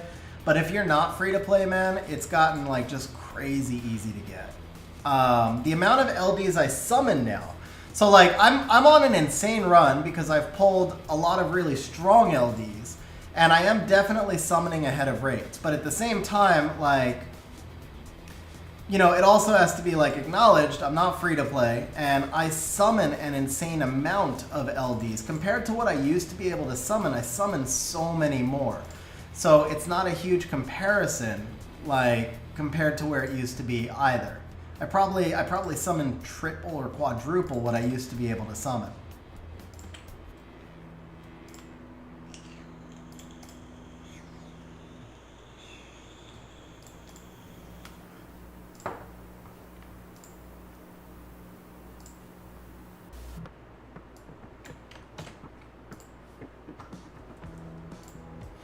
Alright guys, bumping myself off of Mumu kind of messed me up. I'm having trouble getting logged in on Mumu now. It's just like stuck on this screen. So we are jumping over to Wojo's account here any minute. It just depends on if I can ever get logged in.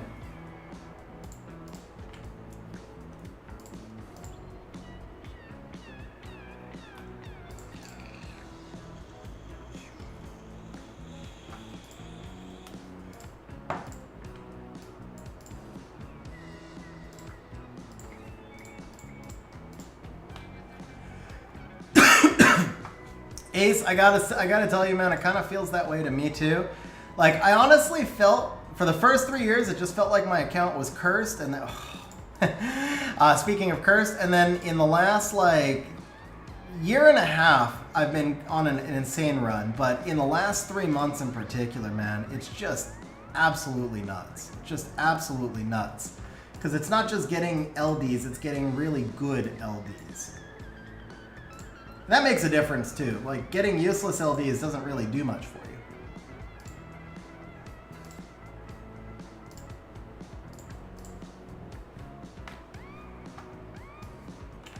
Man, I cannot get logged in, guys. I cannot get logged in. Let's try restarting Mumu Player, I guess.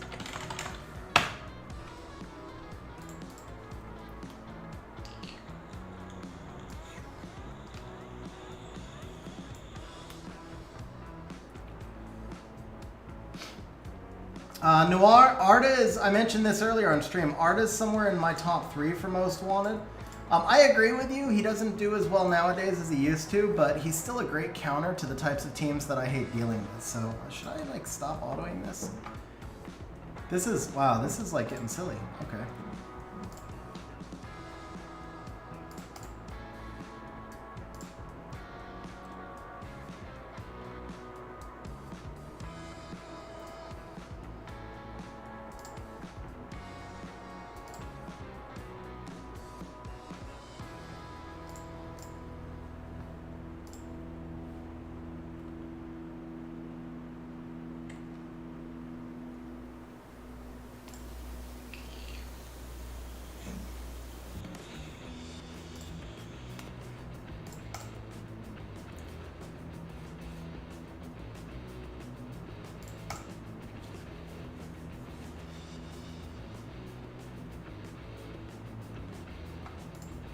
I'm crying too because I can't get connected to I can't get connected on Mumu Player. Dude, what is going on with this Abelio?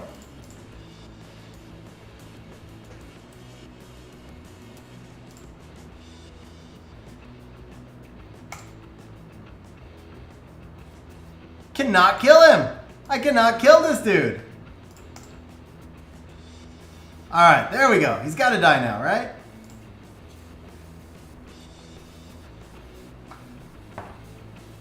Alright, so why is Mumu Player not connecting? It looks like it's got some sort of...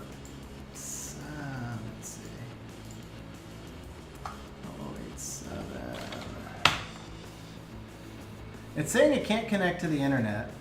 It looks like it's having an issue with the proxy, but the proxy is configured correctly. Unless it's Amazon App Store went down, maybe?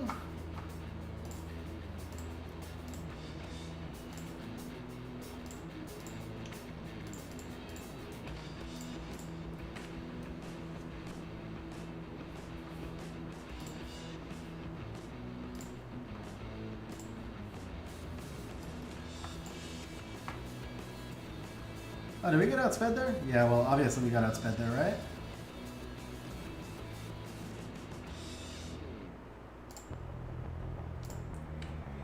Can Ongi do it from here? Stun him! No! Stun him!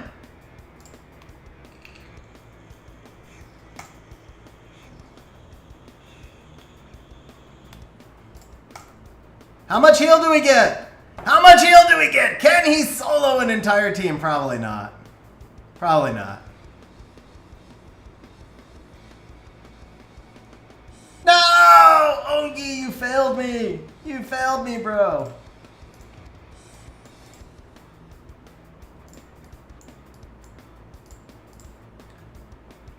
Okay.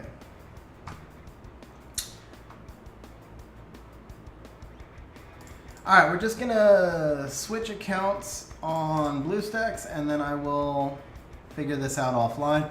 I've been having problems all week. This is like, yeah, I've been having major problems all week. So this is the, I've had to reinstall Summoner's War like 4 times already. Okay, we're not gonna do that. So let's go ahead and just turn BlueStacks off. This is what I'm seeing on Mumu. Yeah, this is what I'm seeing on Mumu Player right now. I don't know what's going on there, but we're gonna log into Wojo's account through BlueStacks instead.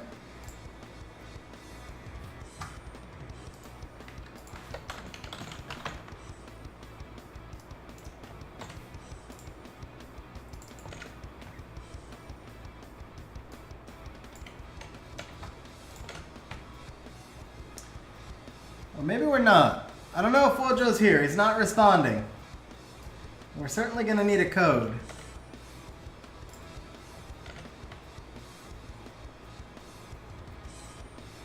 Paging Mr. Wojo! Paging Mr. Wojo. Okay, I do believe Wojo's not here. Oh, okay, he is here. He is here. Okay. Wojo, I messaged you in Discord. That's why I thought you weren't here.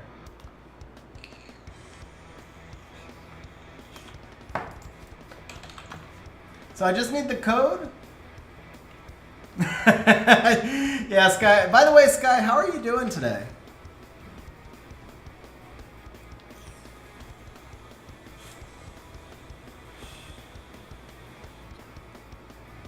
Ong, yeah, I think a lot of us, well, the Siege part, I mean, you enjoy Siege more as time goes by. But the RTA part, I mean, I enjoy RTA, but man, it's rage-inducing also. Like, you seriously understand, like, after a day of RTA, you actually start to understand why people go on killing. No, I'm not going to say that. Especially, I'm not going to. I was trying to make a joke, but that's a terrible joke. So we're not going to say that. You can just really understand. It's just rage-inducing, man. It's just rage-inducing. Laurel with the super sticker. Laurel, thank you very much. I really appreciate that, man. Thank you very much.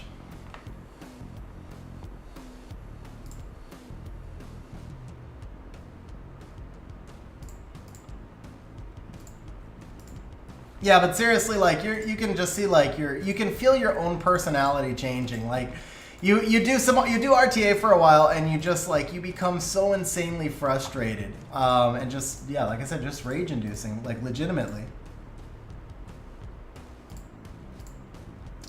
Alright guys, so Wojo has won a couple of members help streams recently. Or a couple of account help streams recently. He's not eligible for members help or for account help drawings now for a while. But we did make an arrangement offline, so we're going to be doing a little bit of a Giana showcase today. Today is going to be slightly more towards the direction of account takeover. So here's the actual background behind this. So this is the actual background behind this. Wojo has been running Swift for most of his Summoner's War history, and every time he won those account helps, I kept telling him that I felt like he was hurting because he was not on Vile, and he kept saying that his Violent Runes were not there yet. So he's been farming Vile for a while, and he's now trying to make the switch to move over to a Vile Giana, and just more of a Vile team in general.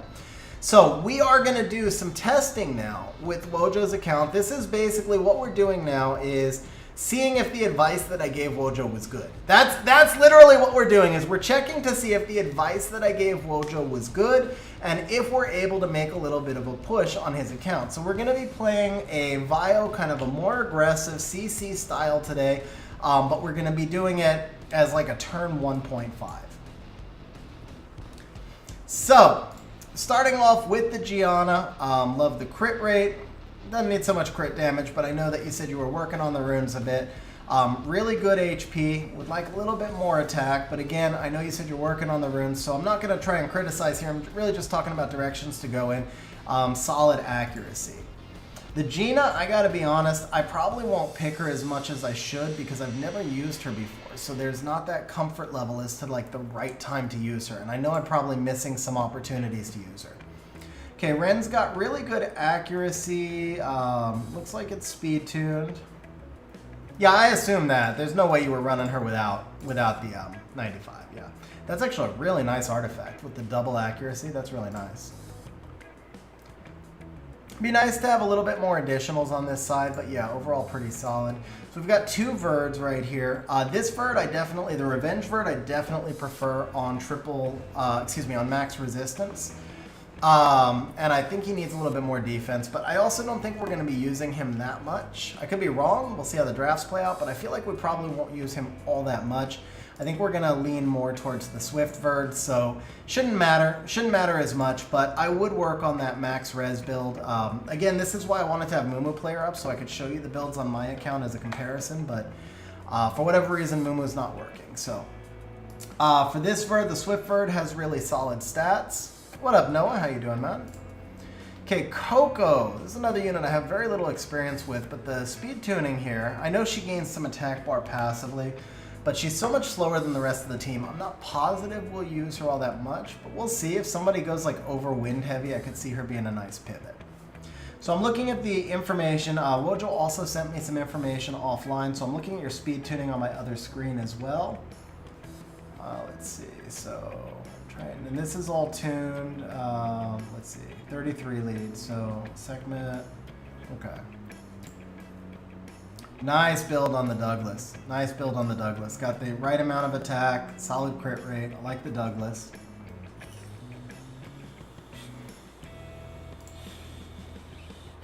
So this is Swift, I assume? Yeah, okay, this is Swift. Where does he fall in the tuning?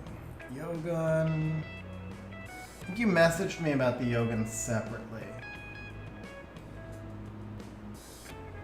High spot not on. Sorry, Sky. Let me turn that on for you. You messaged me about the Yogans before. I don't see him though.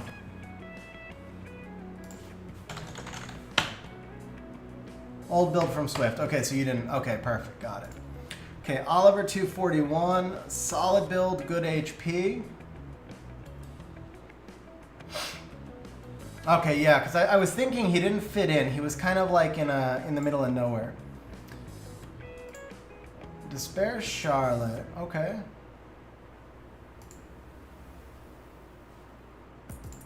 All right, let's try a couple of wings. So guys, let's mark this right now. We started at 1466. The odds are we're probably going to drop a little bit as I get a feel for some of these drafts since I'm running on a different account. But hopefully we'll finish the day up. Hopefully we'll finish the day up.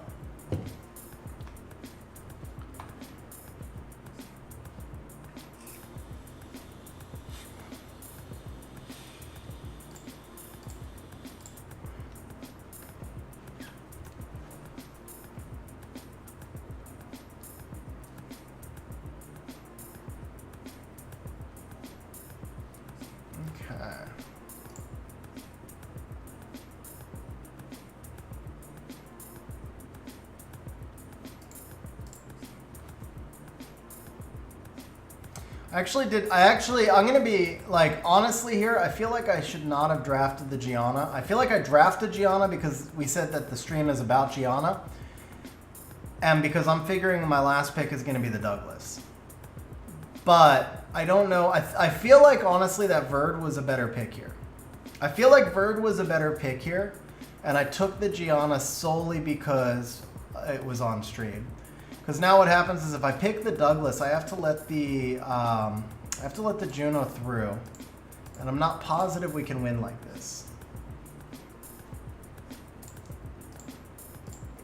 The Juno may actually beat us 4v1.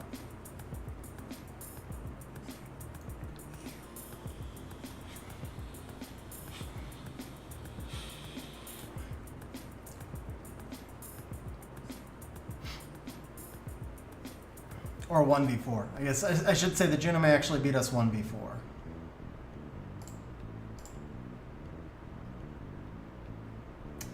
That did not help matters. That definitely did not help matters.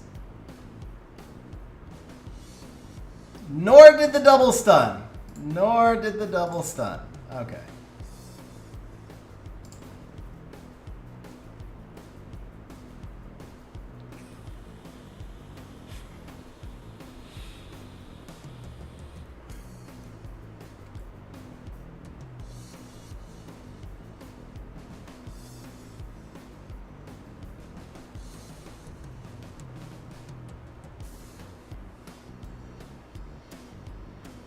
Okay, if Shizuka procs, we have a chance. If she doesn't, I feel like we've lost.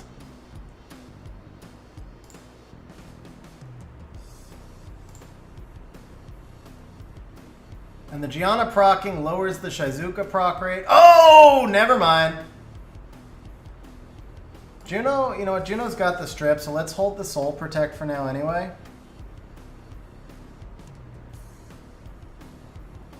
And we need a pushback here.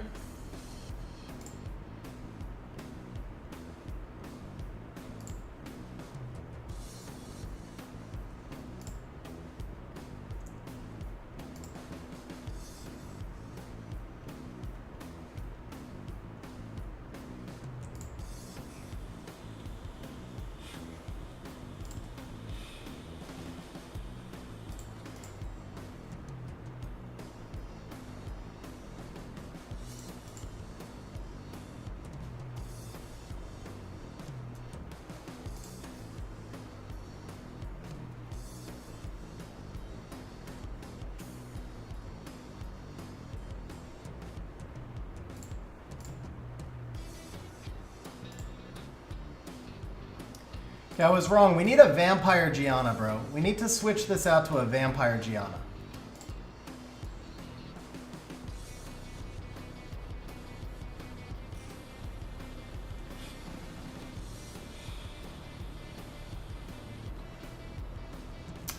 Okay, let's just hold the debuff.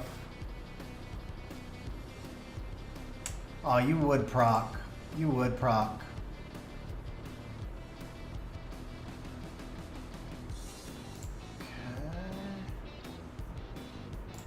This.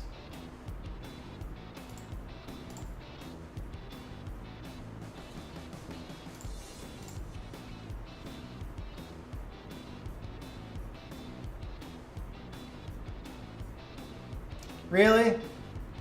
Really? You gotta stun the water unit, Juno? Ha! Ha ha! You deserve that for stunning. Come on! Seriously?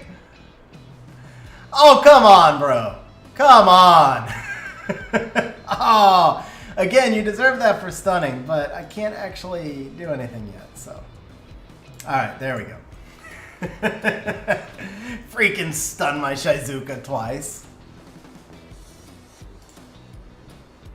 All right, so first thing I felt there big time, we were short on damage.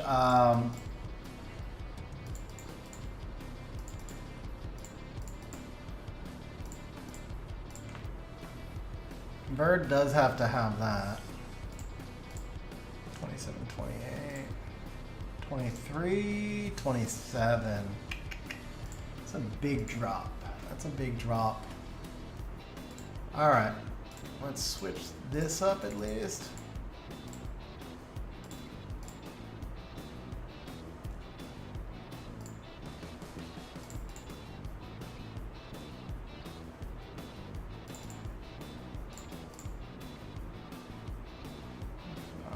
Yeah, Barbara can probably get away with a little less crit rate. Let's do this. I think we're much more likely to use Sekhmet more than Barbara anyway. At least I am. Oh, she has more. Wow. Okay, she has way more than she actually needs anyway. So, Triton doesn't need that.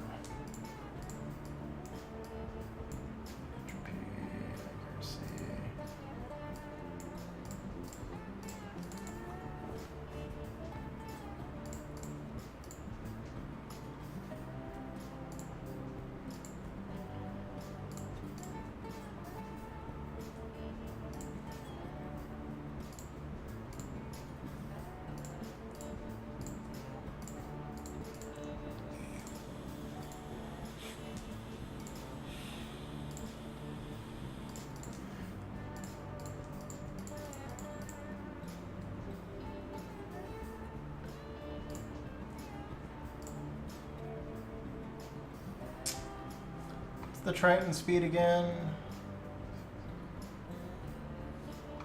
I prefer this on the Triton. Because he's mostly there as a force ban. But you want him to be able to do stuff. You want him to be able to do stuff. So for the force speed difference, I prefer that.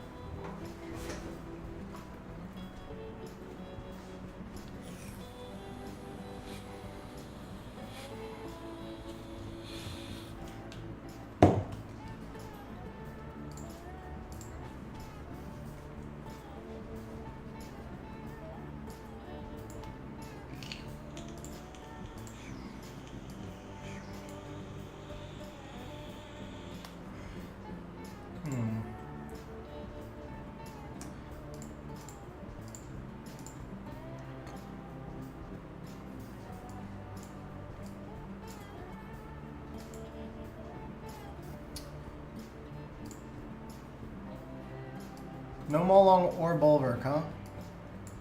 Bulwark's the one I really want right here. Okay, that's fine.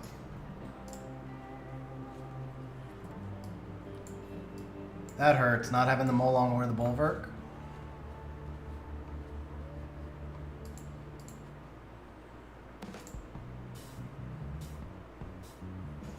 He's still. I said we're gonna see Gianna RTA, guys. I didn't promise you who would have the Gianna RTA.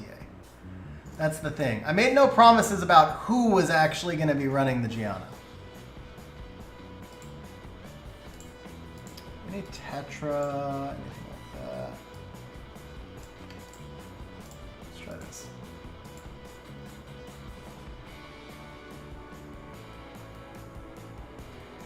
What's this world come to when your Giana's contested, man? What's the world come to when Giana's contested?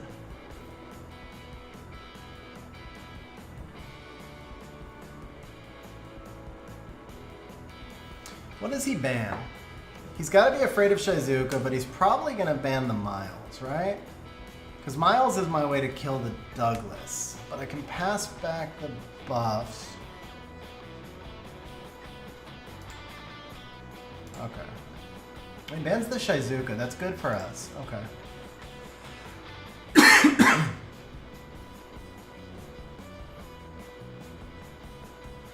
It's actually really good for us.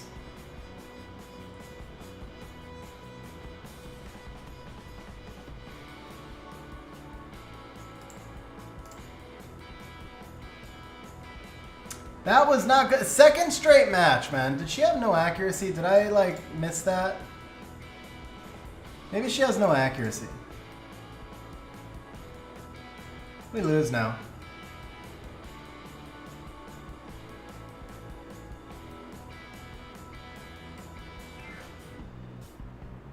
Wow, that's a lot of damage. Are you kidding me with that damage right now?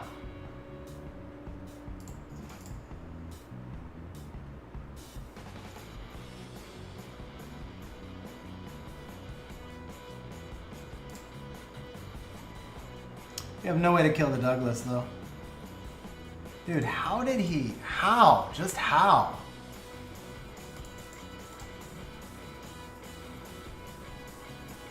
Alright, let me take a look at the Miles.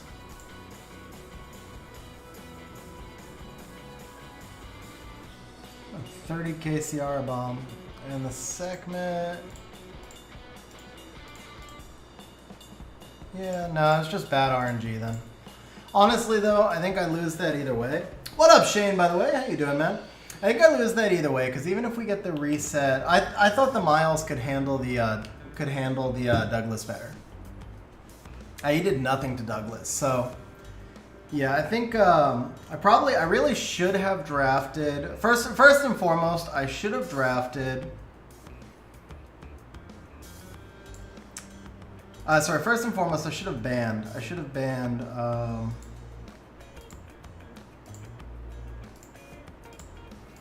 I should have banned Ciara. I should have banned Ciara. Man, do I want a Bulwark for you so badly. So badly do we want a Bulwark right now.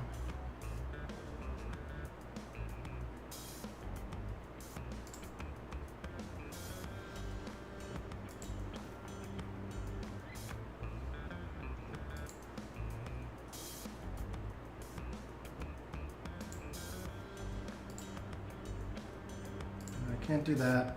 See, this should have been Chung. I screwed up. That should have been Chung also. What up, Dakota? How you doing? Long time no see. Yeah, see, I should have drafted the Chung right here. This is where I said we might drop a little bit at the start because I'm used to the monsters I'm used to, right? And some of the draft comps I'm putting together are like with me thinking of different monsters to draft that aren't available. So that's just a flaw on my side. That just takes a little getting used to the account and knowing what's there and what's not.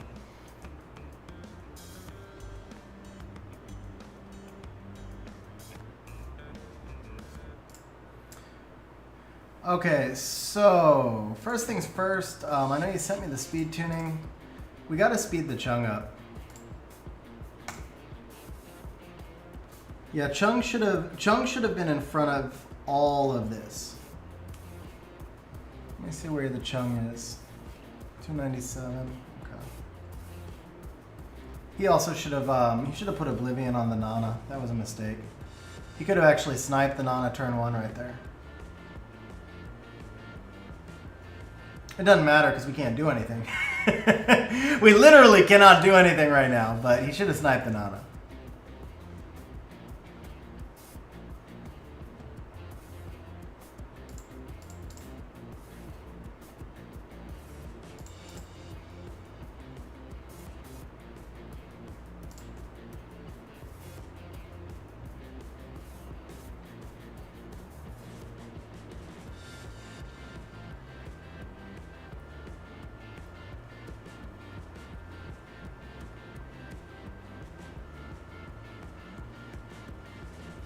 Is there any win condition here? There's really not, right?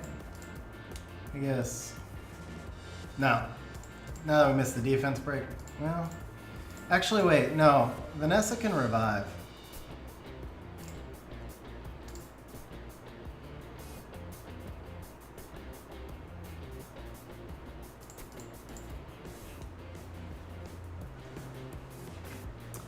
Hey, Dakota, that's awesome, man. Glad to hear that you're still around. All right. Well, that's why Chung wasn't. Yeah. So that's a slight issue. Having runes helps. Having runes helps. All right, 252.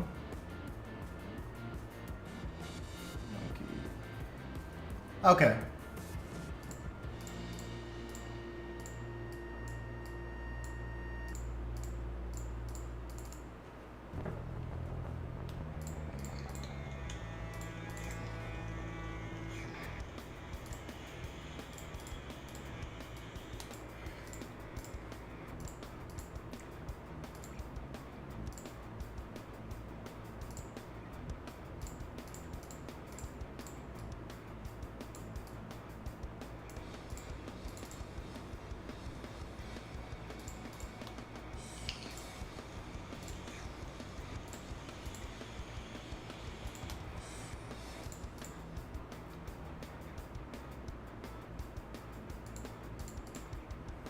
No, that makes sense, Wojo, but his was just ungrinded because he didn't have a rune. He had no slot 1.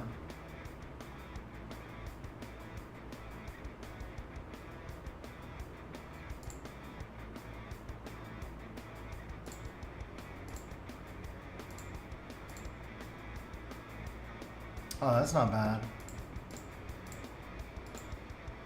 Really? You can go you can go back and look at the video. He literally had no slot 1. That's why the speed tuning was off.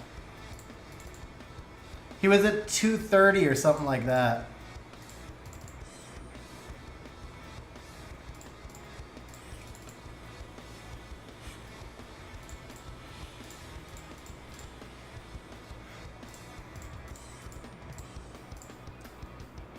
So now he's at 253.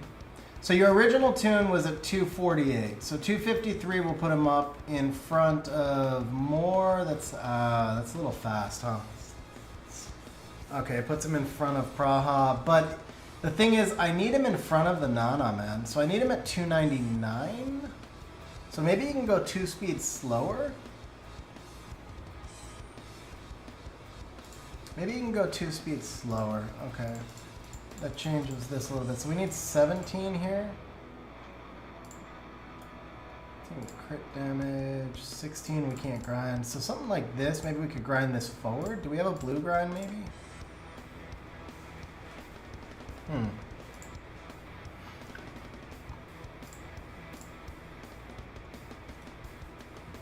me just update.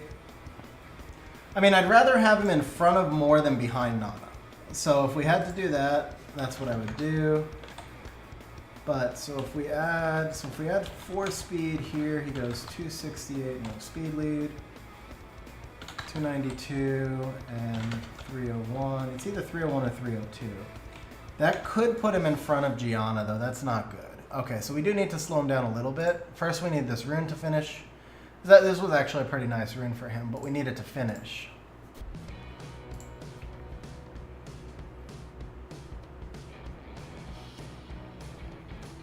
There we go. Alright, where can I drop him like 3 speed? That rune's too nice, that rune's too nice. Here, that rune's something with 22? That's all used, right? Where's your Giana speed tune? Gina's not in your list. Is the Giana an old build? Because this would be right where we want to be. This would put us right where we want to be.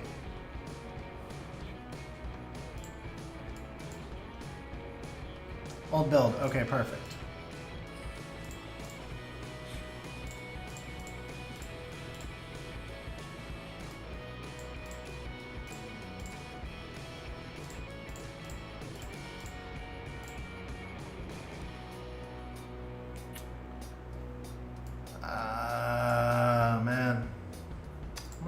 do we have? Thing is, he does not need the accuracy. I'd rather just gem off, because the thing is, so here's the thing, this accuracy is a wasted stat on him, but in reality the rune is better if we gem off the flat defense, and this rune won't stay on him forever, so the correct thing to do is this. Did I, Joshi? I'm sorry about that. What was the comp?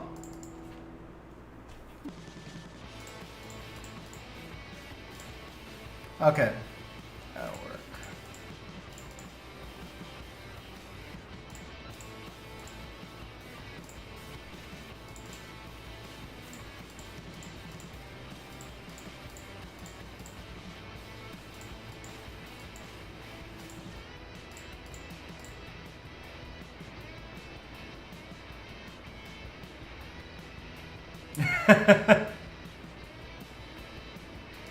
I actually vaguely remember that because I haven't faced that many Limas. I kind of remember that fight.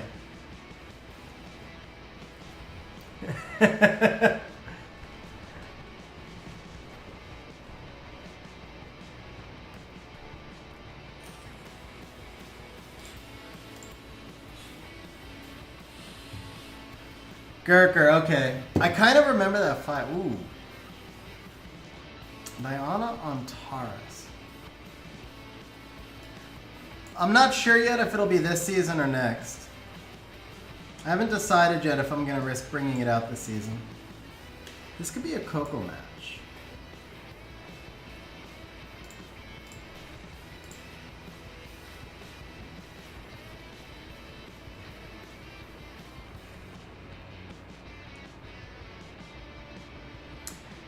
The Nyx, wow, this is freaking toxic. Do we have Rika? I like Rika here. We don't have Rika? Okay.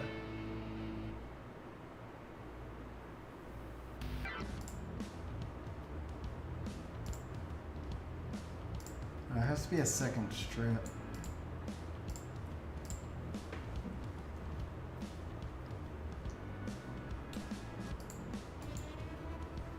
No Juno. Unless I missed her, but I didn't see a Juno. I was looking. Yeah, no Juno.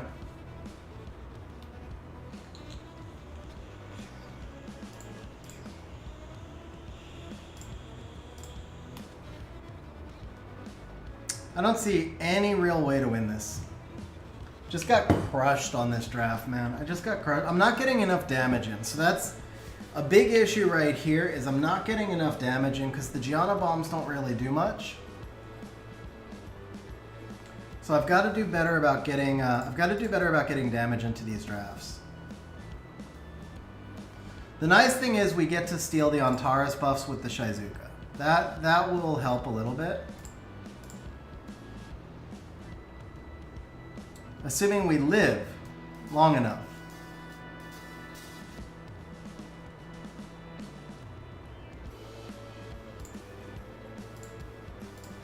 Oh, I timed out. Damn it. I timed out.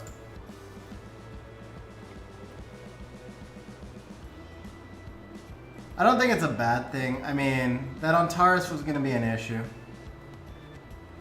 Oh, we got greedy there.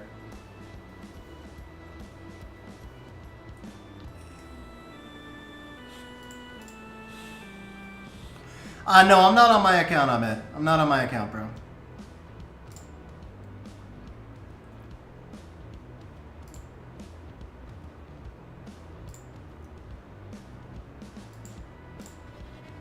What up, Delirium? How you doing, man?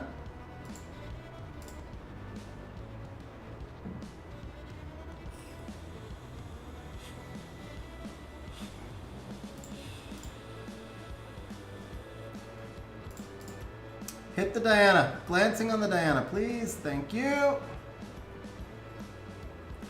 He went for it with the glancing! And he's probably going to crit all 4 times, right? Yeah.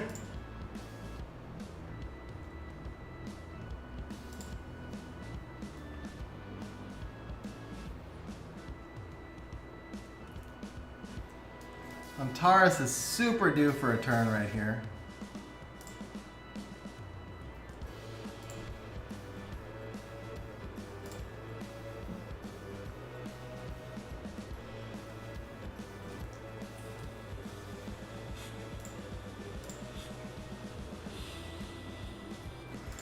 If I win this, it's going to be a massive luck sack. If I win this, it's a massive luck sack. The Antares took no turns, and I had no damage.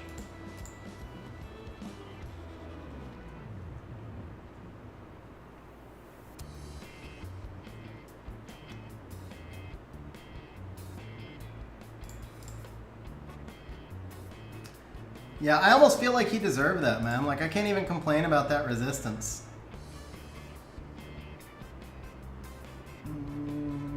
Okay, I need Shizuka in front of this Giana. Wow. See, yeah, like that's... Like, this dude did not deserve to lose. He outdrafted me, man. He seriously outdrafted me. It's just luck sack stuff right there.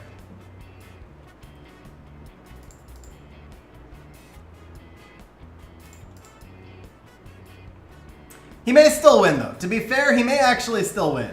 That's how badly he outdrafted me. He may actually still win.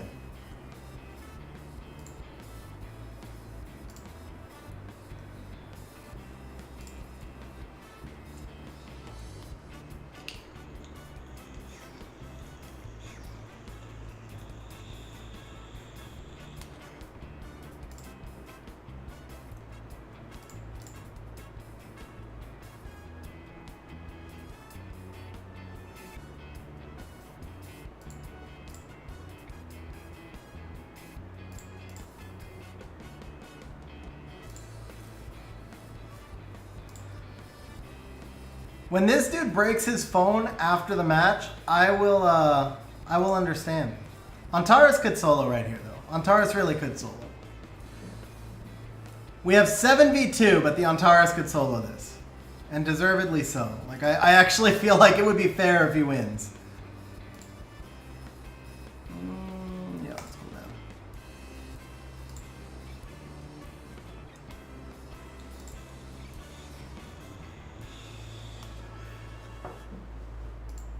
Yeah, that was awful, man. That was so bad. That was so bad. Freaking Antares took like 2 turns. Nana getting a despair stun. Did not deserve that win. Okay, I gotta figure out how to get more damage in here. I think we need to start looking more at the Masha. The Miles, I only used him once, but I feel like the Miles is probably too slow to get to his full ignore potential. So I don't know if he's gonna be used much except as a Masha counter.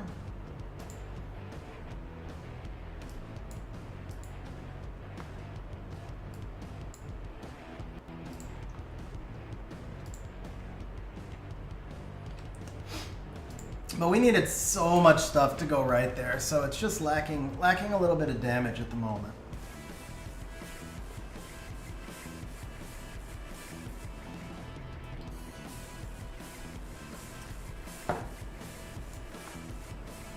Okay, one thing is let's switch your Nana to a damage build. Nobody targets Nana, and she can do decent damage.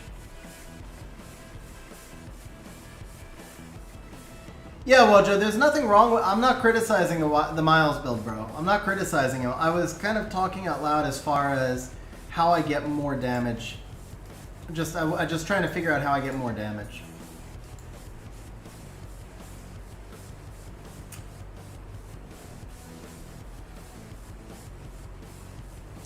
Despair Chung is going to be... Is he Despair also? Crap. Let me hold off before I figure out what, I should have taken Bastet here, huh? Because he's going to pick Bastet now. I could have just taken... see, I'm not used to having Bastet. Yeah, no, actually, I knew what you were thinking for the build. I really did. It made sense. It's just I need to find damage. So there has to be, in every draft, there has to be a minimum of 2 units that can do damage. And, like, big damage. Now here, I feel like I have to ban the Ongi no matter what, right? We're just screwed. We're just completely screwed to the Ongi. So no Hey Gang.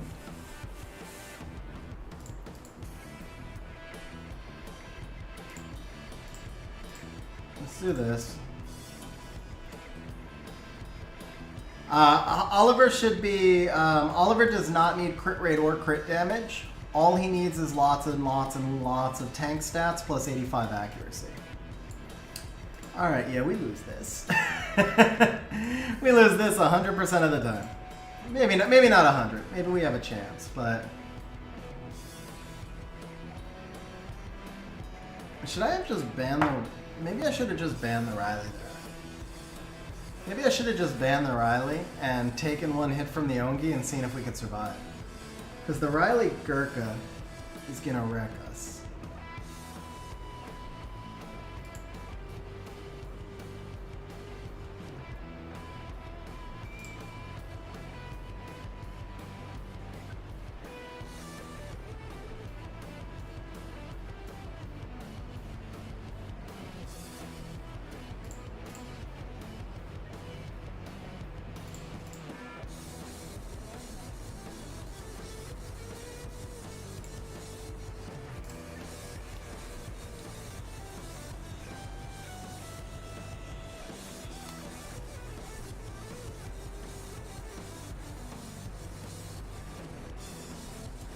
Huh.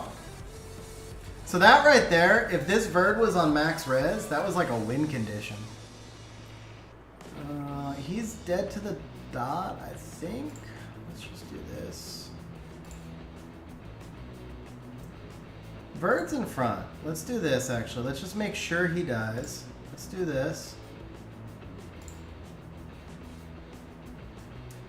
Yeah, you knew he'd be on revenge, right? Let's get a third buff on him, so it's a fourth buff actually, so it's harder for the Riley to cleanse. Actually, there we go. We got it. I don't want to trigger more provokes here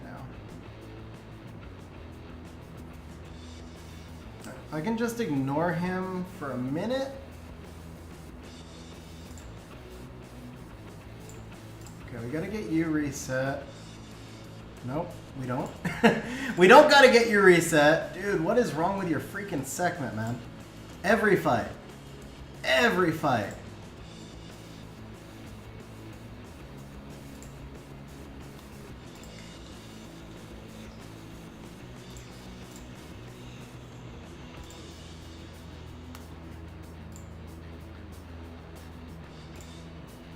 Rather take the kill here. Yeah. Okay. That one wasn't bad. That draft wasn't bad. That felt a little bit better.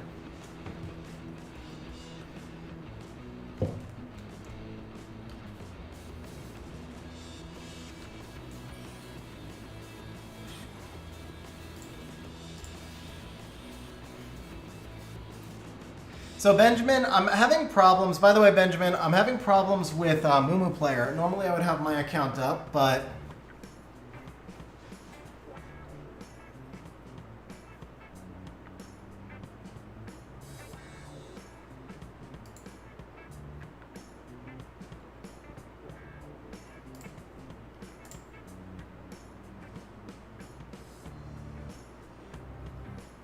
So he'll ban the segment this time. Second speed lead with Triton. Could we pull that off? No Ethna, right? Love an Ethna here. Alright, let's do this with the Triton.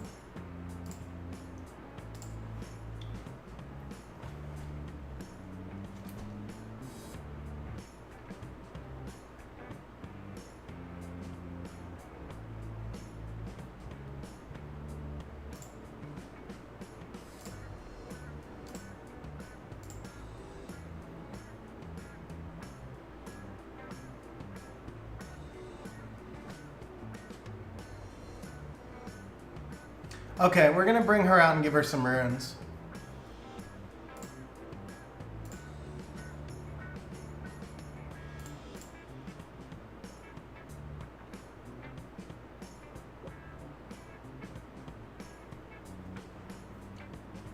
Wow, really?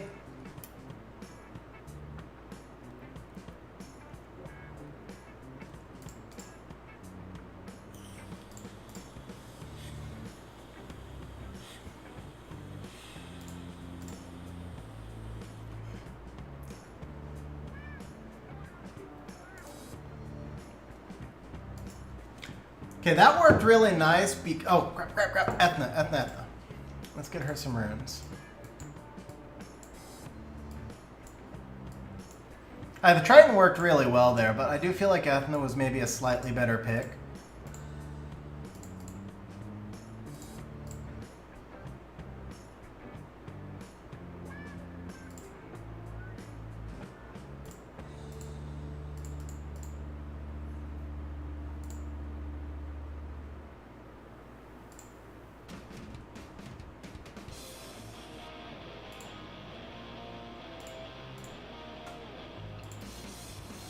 Is Elsha on your list? No, that's an old build, right? Elsharian's an old build? Okay.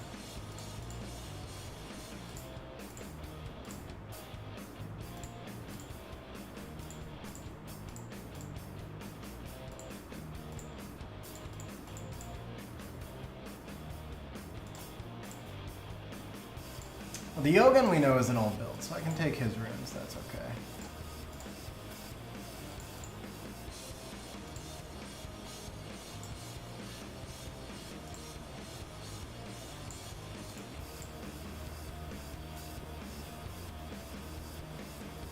I can, okay, cool.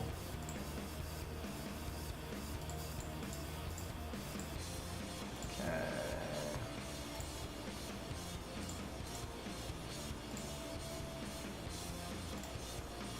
That'll work.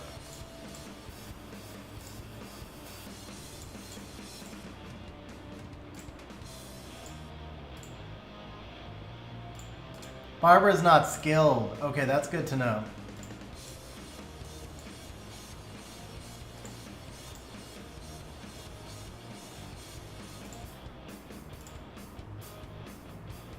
Oh, I still like this rune better for this build, I think.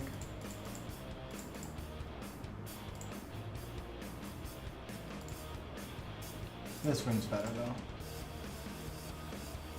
Yeah, that rune's much better.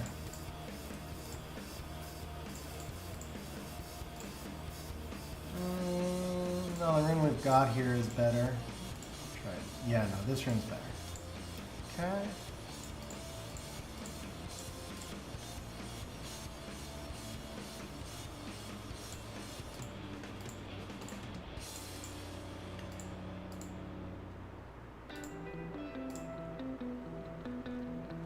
Nope, this rune's better. Okay, there we go.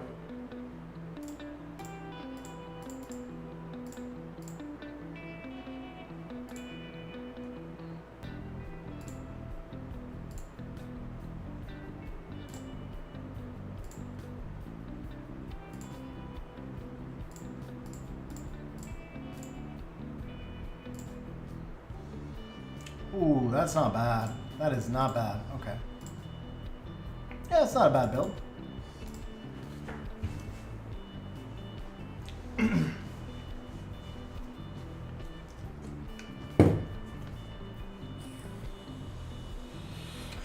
Another one that I've run into a few times lately is Teshar.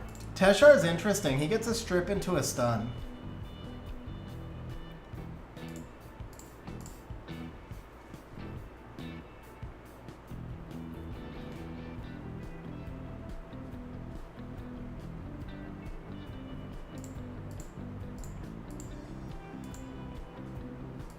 No Diana, right? Diana would be amazing here. Fang could work, though. Oh. Think Fang's meant to go with a Leo?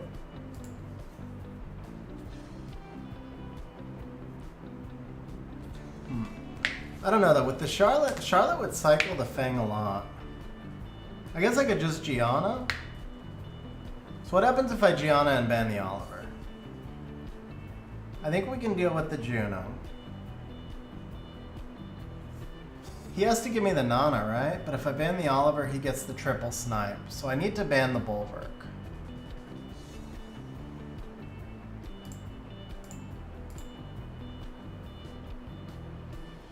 Let's do this.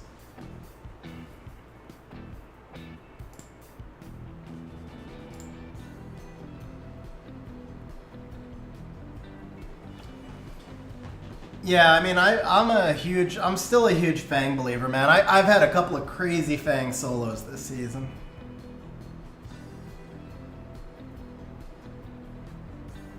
Oh, he's got some speed tuning issues. But he gets the stun. Well, it doesn't matter, right? Oh, yeah, it does. Does it or doesn't it? You're gonna get a snipe here.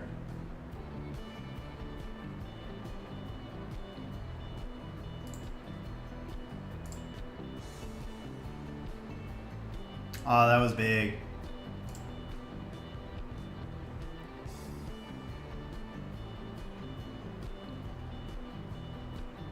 So was that.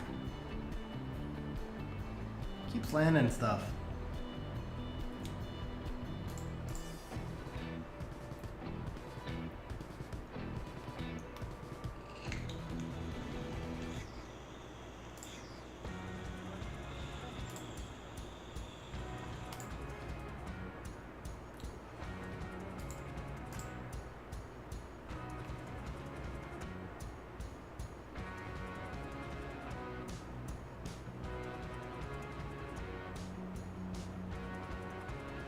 How does Molong defense break 2 wind units? Not 1, but 2.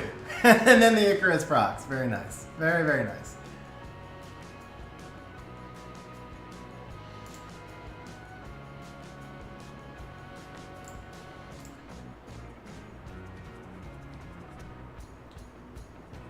Good job landing nothing, Charlotte. Much obliged.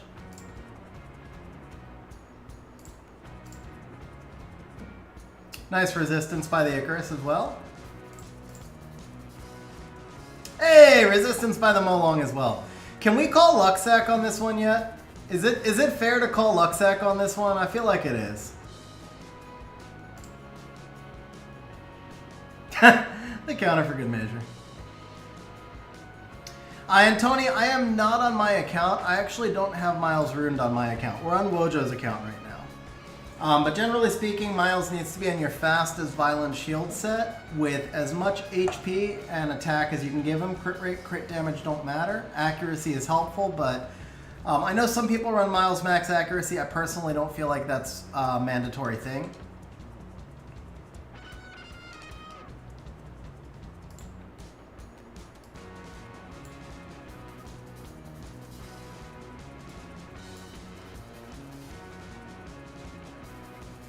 Tells me he's going to be running a snipe type thing. Thing is, Miles' stun is not, it's not guaranteed. It's not 100% activation rate. That's the reason I don't think it's mandatory. If you have 100% activation rate, or if you have a unit that can only win if they land their debuffs, then it becomes mandatory.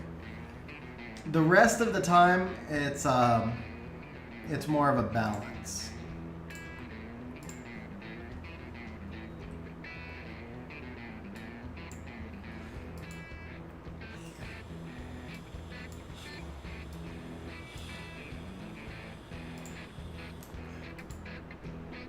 Oh, that's not a bad pick for us. Okay.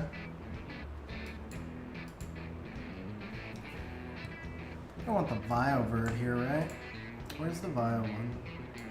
Oh, there is no Vio one. It's Swift or Revenge. Crap, the Swift one has way better stats. Let's Fang this thing.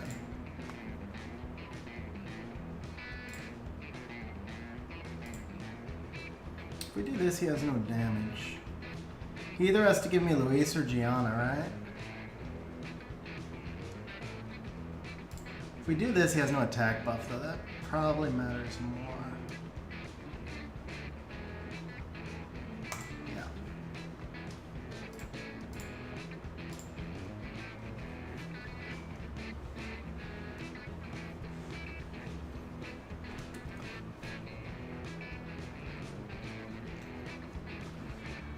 I like the Despair Nana, but I like her on a damage build.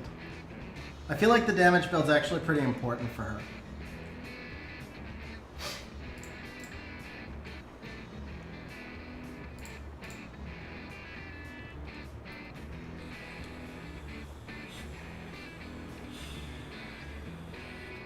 Yeah, Rage Nana works, bro. Rage Nana works.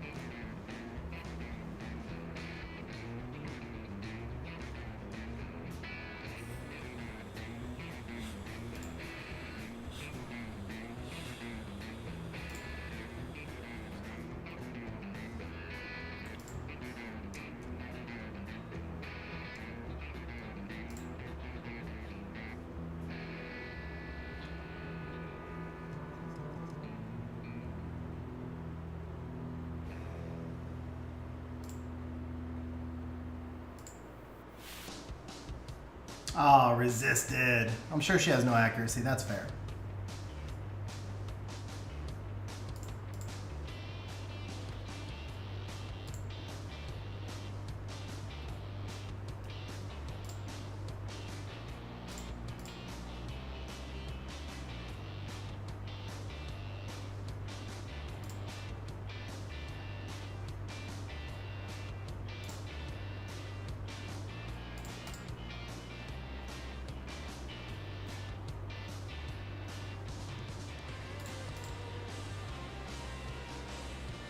Yeah, that should be GG.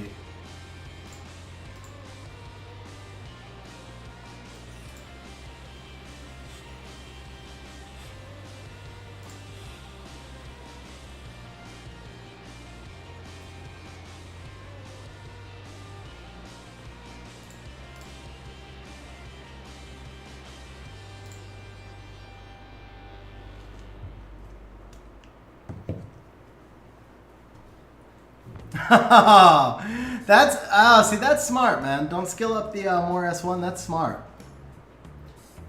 Miles is 30k HP, 477 attack, 800 defense, 176 speed, accuracy, other pure damage. So that sounds really solid, Spoon. But if it were me, like, I know what this is easier said than done. So this is easier said than done because our runes don't always line up exactly how we want them. But I would have less defense and more attack. Because, I mean, he gets ignore defense at speed, but he still actually has to have, you know, the ignore defense, he still has to have a base damage to do damage with, right? So I would definitely want, yeah, I would definitely try for just a little bit more attack on there. Do we have Tessarund? I don't think we do, right? No Tessarund. Okay.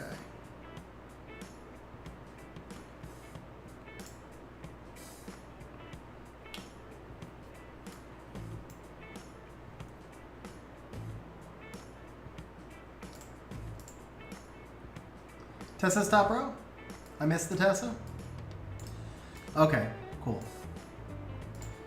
So Tessa damage so he picks the Leo. That's actually not a bad draft. That's devious, man. That's really devious. I would pay so much for Erika right now though, but I guess Belinus would do the same thing, right? Yeah, Belinus is fine here. Belinus is fine.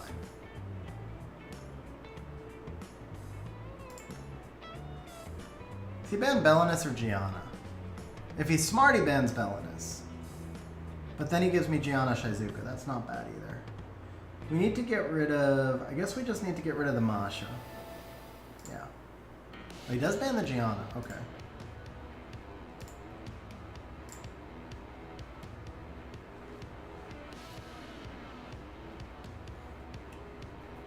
The problem with the Antares is the Nana-Dominic combo. I mean, Belinus gets the same... Belinus has the same problem, but he's got more reliable control. And the speed now doesn't really matter, right? I don't know what speed he was, but it doesn't matter because we left the Leo on the field, so...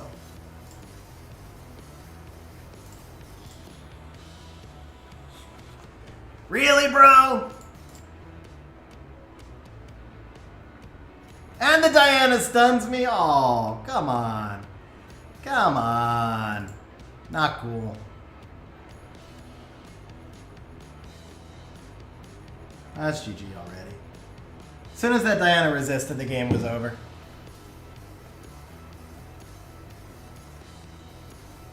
See, he didn't need to do that. He should have gone into the Oliver and done S1 on the Miles. It was well over. But I guess he knew he would just proc. Why not? Yeah. Why not? Just proc-a-thon.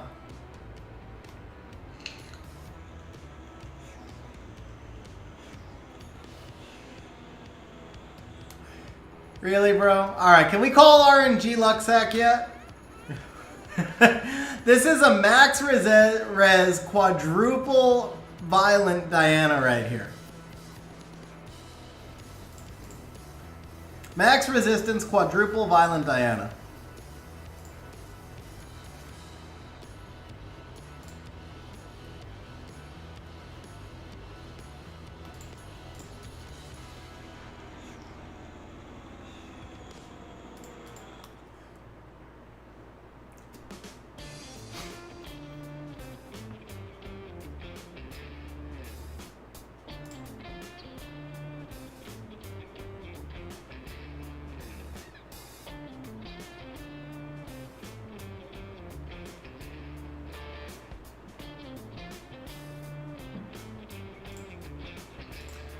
Belinus is, I assume, not. Oh, come on. Alright, yeah, good game. Good game, whatever. That's where the Rico would have done more for us, though. But it wouldn't have mattered. Honestly, nothing mattered right there. That one was just straight luck sack. That was like nothing you can do. Nothing you can do about that one. Oliver's max accuracy, right? 76. Okay. Alright, it doesn't matter because the Diana's obviously not on a resistance build, but that's good to know he's missing a few.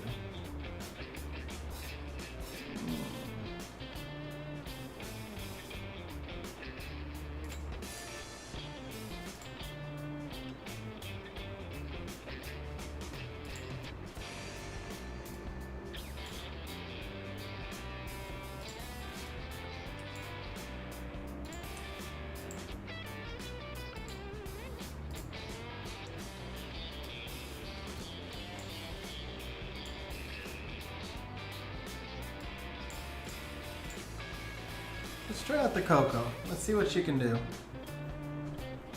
Tessa's probably a better pick here. So Tessa honestly is a better pick right here, but I just want to see what the Coco can do. Like, part of the idea of this is testing stuff here, right? So the thing about Tessa is if I draft the Tessa, he kind of has to ban the Shizuka and give me the Giana.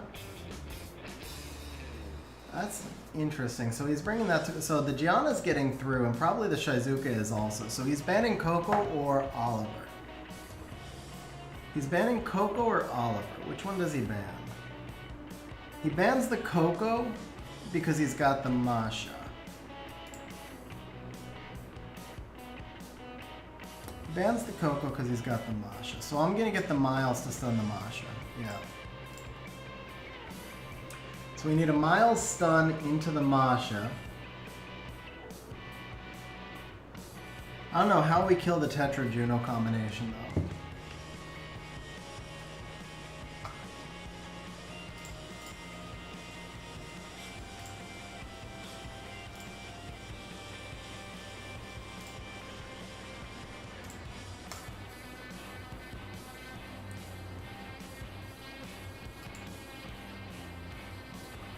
There's no stuns, so there's no point in me doing anything here. Yeah, there's no point in me doing anything here. Nice resist. He did, he actually wasted that shield. He didn't need to do that.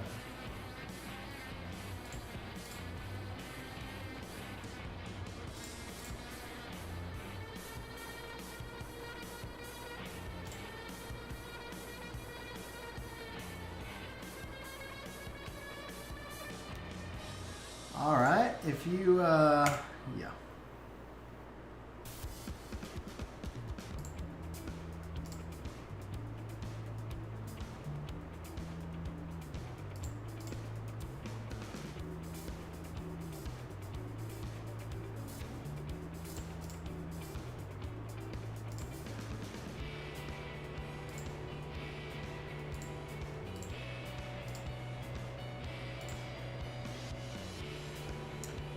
The key for me here is I need a pushback on this Tetra at some point. But I have to get a bomb and then a pushback at the right timing, and I'm not going to get it because the Oliver's going to be dead, right? Yeah.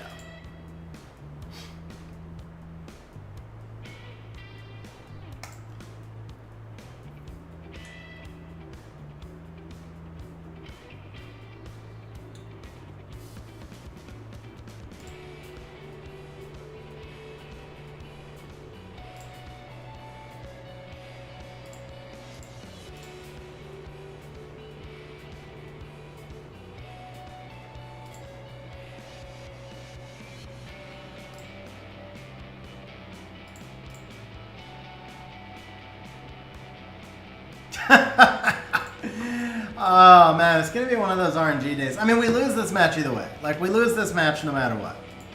Just to be clear. But that was not an RNG loss. But yeah, so the Giana getting resisted, like... That was not a molly on the field, guys. There was no glancing involved.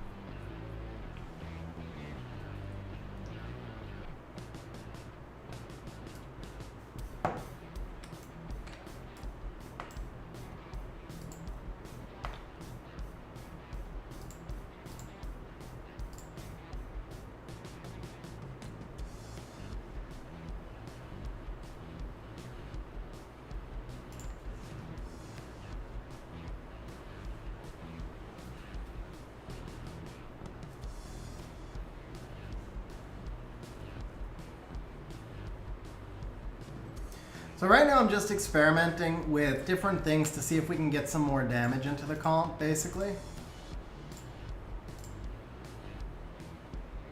Just trying to find ways to get a little bit more damage in.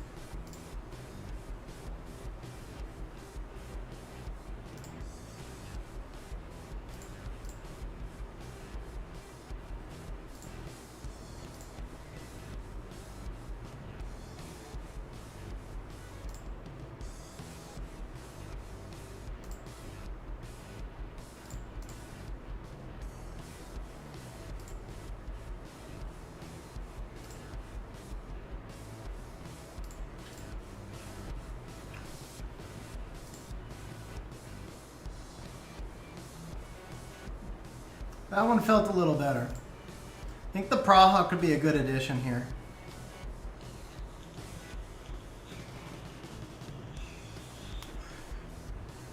The Savannah definitely seems to fit the comp also. Even though I couldn't go into the defense break because of the sleep.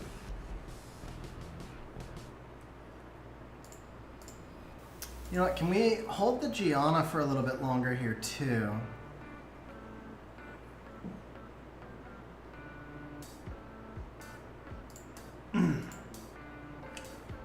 Alright, how do we deal with this Juno? I almost feel like we could Leica this, but... Or Barbara, but the Barbara's swift, and the Barbara's missing a rune. This is where damage...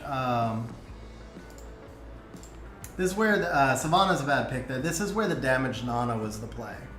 Needed the damage Nana right there. So that's the next thing I gotta do is build the damage Nana.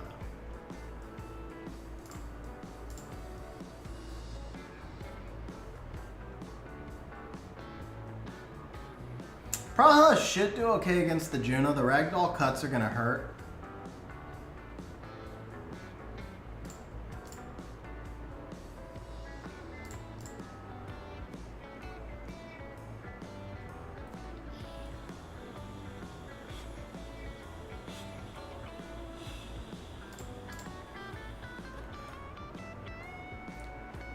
Oh, rip me.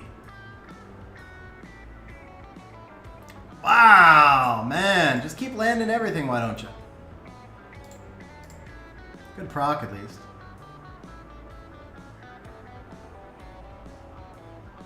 Yeah, we procced also. Yes, that's fair.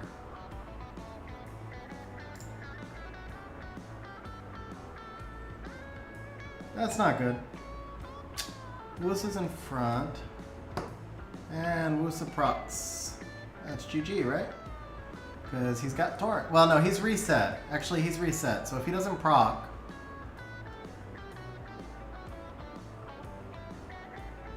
Yeah, but he procs. Why not?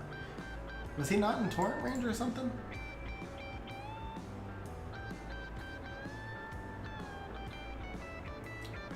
We really have no way to... Yeah, we don't... Yeah, he's full health. He's full health. And he's just stunning everything, bro. Alright, so... Savannah, not a good pick there, but that was another one that felt kind of like a lot of bad RNG at the same time. Alright, let's get the Nana reconfigured. So we need to be at plus 126.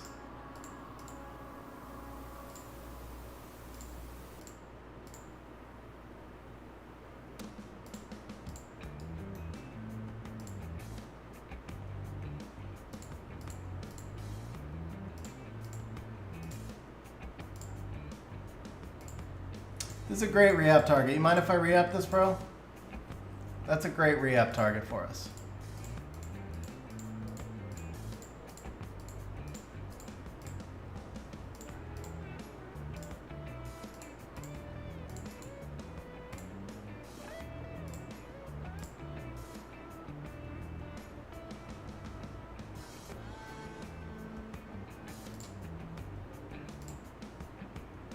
Oops.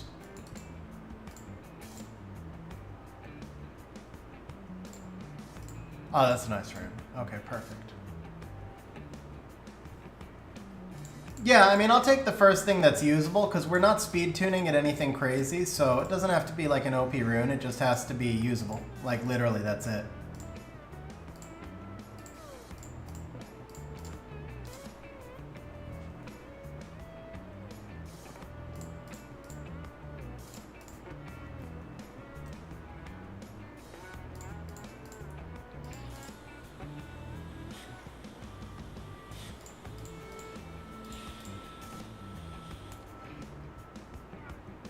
Alright, that's actually not bad for Nana.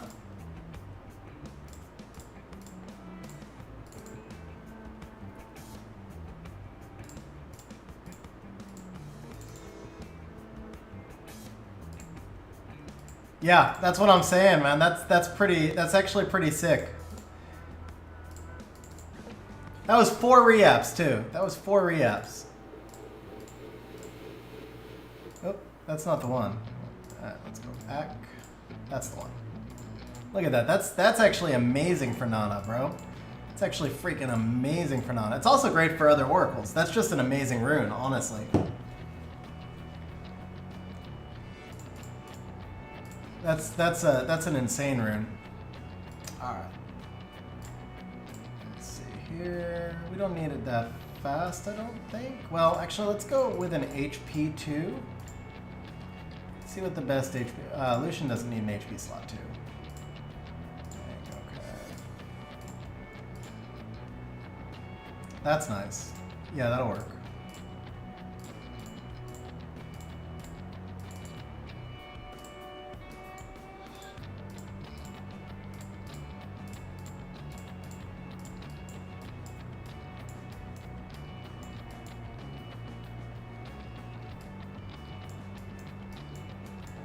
Awesome, man. I'm glad it's helping. I mean, I'm getting a feel for the drafts also, so we're learning together, kind of.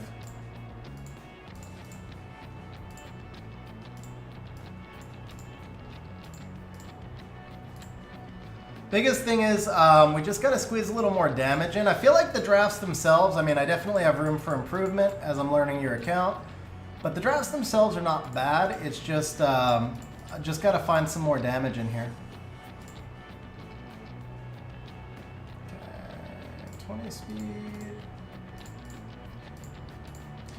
What did we need? What did I say we needed for speed? That's 224, so that's going to be slow. You've got her at... Right now you've got her at... plus 126. We need 18 more speed. I really want to get this rune on her if we can. This is a great rune for her. That's 23, 23, 13, 20. Okay, so we got to speed this one up by 14 speed. So we need 26 speed. I think we're probably not going to get that, huh? Not unless we take the Savannah rune. This is such a great Nana build. What does the Savannah need? Let me see if we can make this work.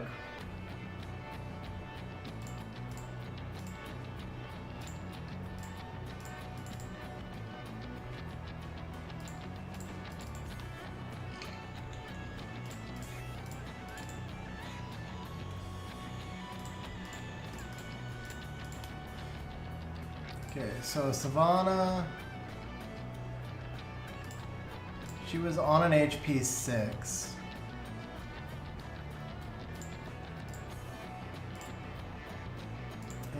She was probably an old build, but that rune's not solid, okay.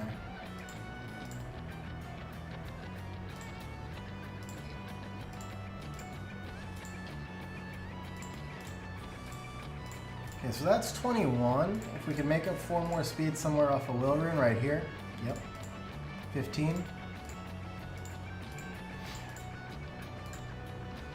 17. Oh, we do have an Annabelle. Okay. That one's not great, but it's not terrible. Ah, this rune's nice, but this leaves us too short now, doesn't it? Such a nice rune, though.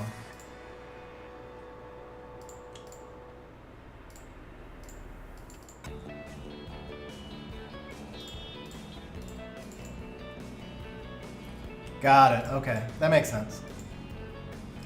Okay, so Savannah needed to be 245, and she's at 243. We need 2 more speed. Got a 20 speeder in here. 16. Do we have a grind left? We do. Please hit 4. Please hit 4. Come on. I need you at 4. I need you at 4. Thank you. All right, that'll work.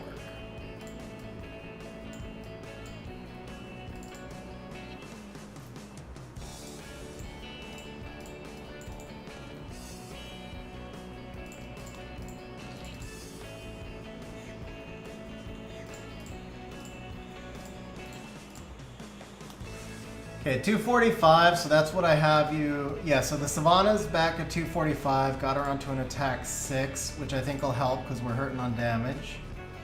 And the Nana build, I feel like this is going to be a really nice build. Got a little bit more grind, you're missing a defense grind, but... Yeah, this is nice. Now let's just give her attack arties. Okay, so let's go attribute, attack...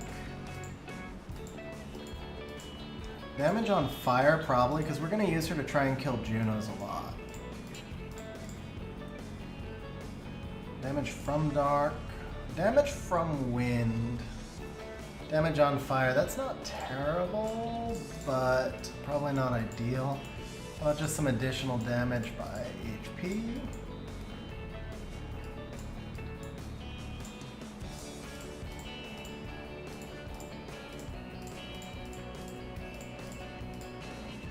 Okay, this is good. This one's real good.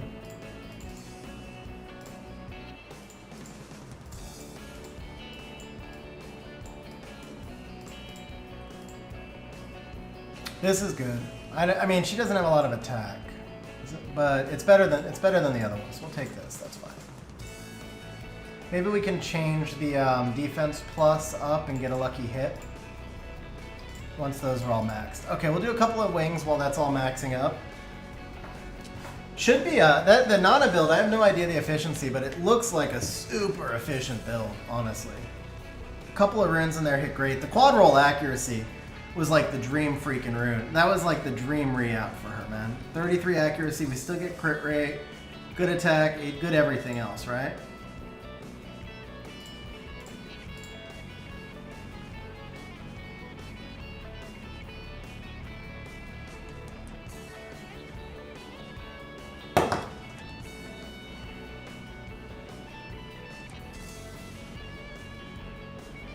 I feel like I could last pick Louise here and maybe get the Momo through. Yeah, Nana should be skilled. No! Oh! Wow. Okay. Yeah, that changes. I guess... No, it doesn't change too much. I mean, she's more about her passive. She's more about her passive, to be fair. I mean, I know she's low on your devil list priority. Okay, if I go Louise, ban Oliver... Riley's the play here, right? Yeah, we go Riley, ban the Oliver. He should be short on damage.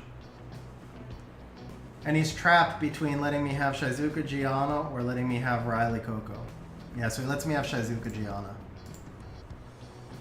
I think I probably want the HP here because he's short on damage, so I just need to keep the Masha alive. Yeah, no, I understand she'd be low on the list, bro. Her skills are less important. I do get that. I think you're right to have her lower on the list. I feel like I won this draft really well. We'll find out, but I feel like I really won this draft. He can have the reset on the Giana, that's fine. He's probably going to reset the Giana and let me have the Coco. See, and Giana will cycle back, so Unless he stuns the Coco. That's like his win condition here, is to stun the Coco. He's not even going for the Coco, so that's fine. Okay, we're gonna snipe the Wusa. So let's start working on the Escher. Actually, we may not be able to snipe the Wusa, huh? Okay, that's fine. So we'll snipe the Escher, actually. I do, Kyle. I do.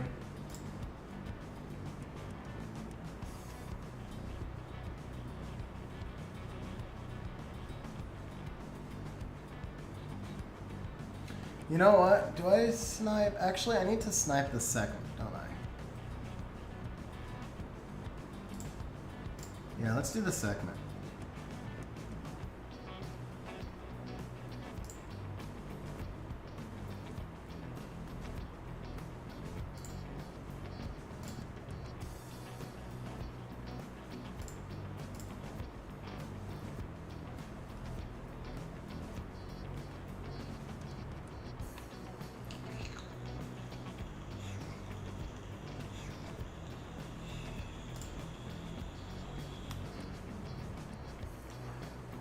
That stun hurt. Stun hurt.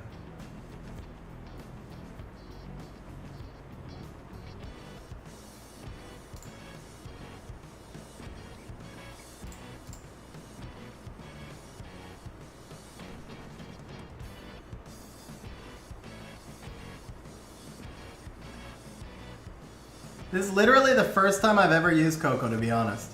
That was literally the first time I have ever used Coco.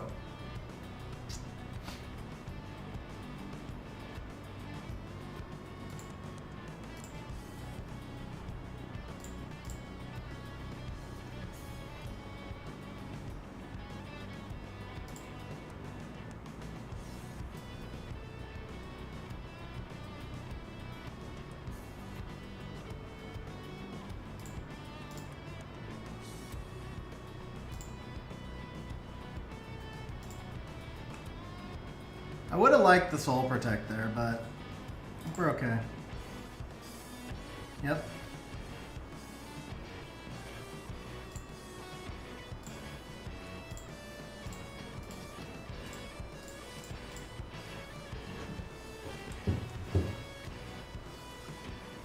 Yeah, since I pulled the Lima, so one of the issues I ran into with my own drafts is I was using Lima a lot and then I didn't have attack buff ever. So I've had to slow down on the Lima usage a lot because of just not having attack buff and struggling to get enough damage out. That's a Molong on its way. We can't steal the Molong, right? We can't steal the Bulwark, we can't steal the Icarus. We can last pick Vanessa. So let's just show the Giana right now. Kyle, message me in Discord, but I would check my site, zennialgaming.com first. So the rate's $50 an hour. I am booked out over 3 weeks right now, I think. A lot of times I don't necessarily do full account rerunes because it takes longer than you would think. We do something called a roadmap. I've shown that many times on stream. I'm happy to answer any questions you have on Discord. Today I won't show it as much, but very happy to answer any questions you have on Discord about it.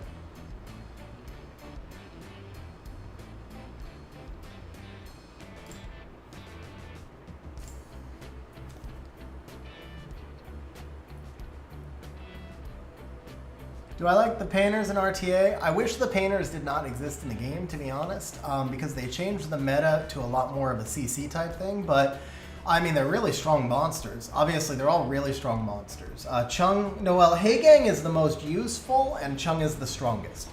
Heigang being the most useful because he counters his brothers.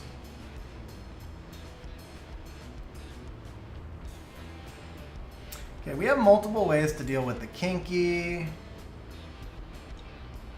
I assume he bans the Antares, but I think we can control the Diana. Is he gonna ban the Giana? That's the real question. Does he ban Giana? I feel like he bans Giana. If he bans Giana, oh, he banned the Oliver, but that's okay. Maybe. Maybe it's okay. Didn't think he would ban the Oliver. Proda, it's $50 an hour.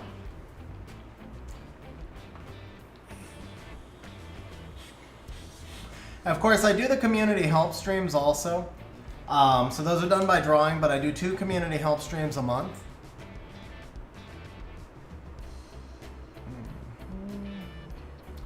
Does the Diana get the kill here? Come on, Antares. Take a freaking turn, bro. Take a freaking turn, Antares. 1 turn, bro. 1 turn. No? Ah, now you take a turn. Okay.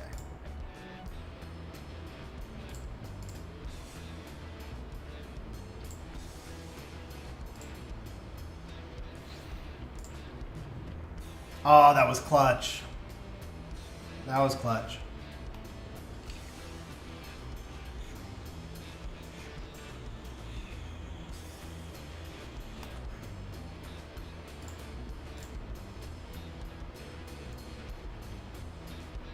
Does he get 2 kills here? Without attack buff, he shouldn't, right?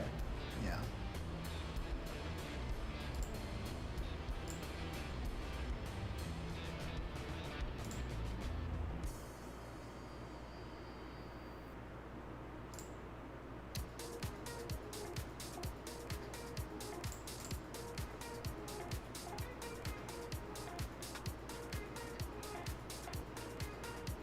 Any day now, Antares. Any day. You've taken 1 turn so far? Am I far? I should be far enough ahead. And the Diana just used her skill also. So, oh. Okay, there it is. Bye-bye. Yep. And let's stun you guys. Yep. Ah, 1 stun. Okay, that's fine. Just need 1 more hit on this Diana and it's over. But I'd rather do this. This should kill.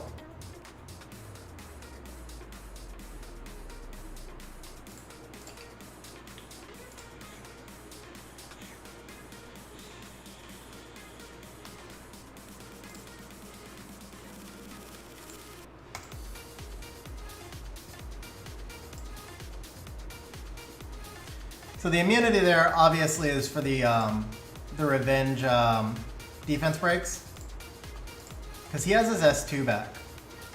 I can't risk him proccing right there. And we'll do the same thing, we'll just take our time. Alright, we're climbing, bro. We're climbing a little bit. Even with me being a little rocky on a couple of the drafts, we're climbing, making some adjustments, so I feel like we're doing pretty good.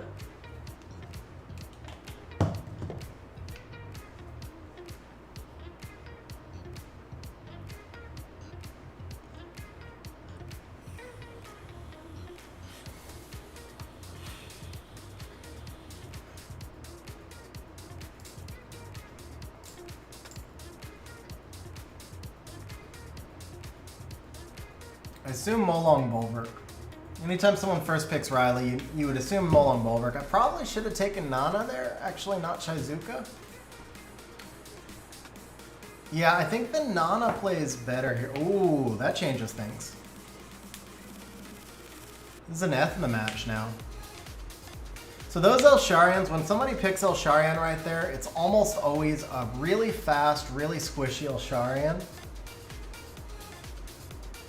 Let me take a look at him. Oh yeah, definitely needs more HP. Switch this to an HP rune. He also only needs 70 crit rate, bro. He self-buffs his crit rate. He self-buffs crit rate. So actually, honestly, 65, even 60 to 70 crit rate is where you want him to be. 60 to 70 crit rate. Okay, so he's gonna feed me with the Antares. He feeds the Shizuka with the Antares. I really want to ban the Bulwark. So I feel like maybe if I last pick Nana, because he doesn't have a lot of damage, right? So if I last pick Nana, she's almost a force ban. The Elsharion may get the snipe on the Giana turn 1, but then I get the buffs. I'm actually still okay with the Rigel here, that's fine. So he can't be stunned. And he can't be crit on, but that's fine. We can deal with him last. Oliver doesn't have crit rate anyway. I still think the Bulwark is my ban here.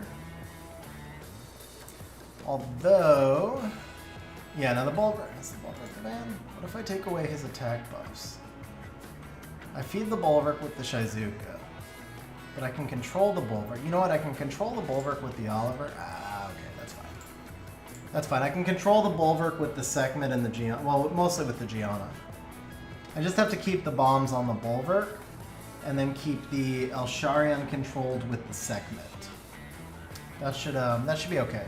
As soon as the Antares procs, we're good, right? So do this right here. There's no attack buff. There's actually no buffs on the Elsharion. Of course you resist.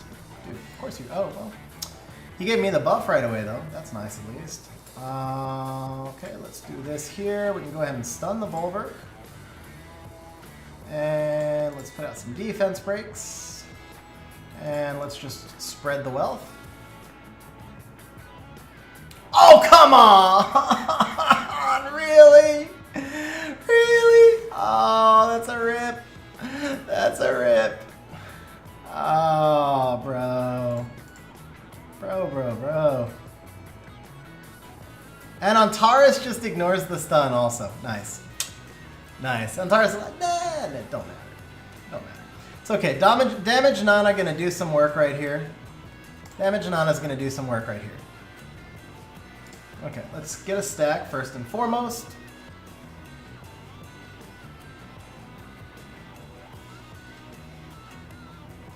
Dude, this Bulwark be like, I got you. I got you, bro. I'm going to carry the team. Bulwark carry right here. I knew I wanted to ban the Bulwark for a reason. I'd rather just cool the Shizuka down right now. Give me another stack. Thank you. Damage Nana, putting in work.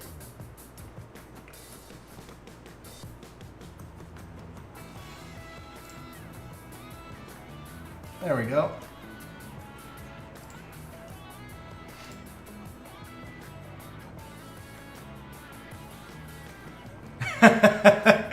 Laurel, same deal, bro. Just message me in Discord. But like I said, I am backed up about, I want to say it's about 3 weeks right now. Depending, I mean, if it's like an hour or two roadmap, maybe it's less. But then if it's something big, then it's further away too. I feel like he wants oracles, and if he wants oracles, then I don't want to give him oracles, right? Because oracles synergize. He wants like oracles and Diana with this, so let's just take the oracles. We haven't used much Ciara.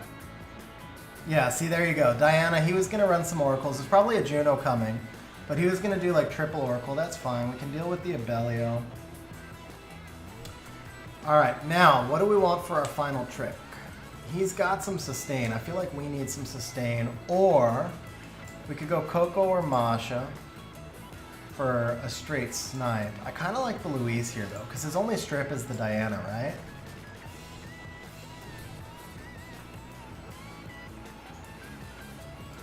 Luis' sustain is really quite underrated.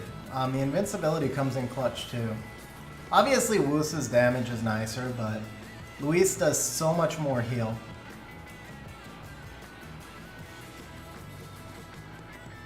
Now, like, I could have gone with the Riley here, but Riley doesn't give enough immunity. So now all his damage, so he's got to ban the Giana, right? But all his damage is like Vertohyle and Abellio. That's all his damage. And he has no strip. And he gave us the Luis. I figured he would. We're going to have speed. We're going to have the Oracle S1 damage. The question is that a triple revenge Vertohyle? It probably is. So we might have to target the Fran first and just eat the Vertohyle, which is not ideal. But we do have some CC also. So first and foremost, let's get a bomb on the Verd. Let's stun these two. You know what? Let's just do this. Yeah, that's actually kind of perfect. And then we can just work on you until everybody comes out.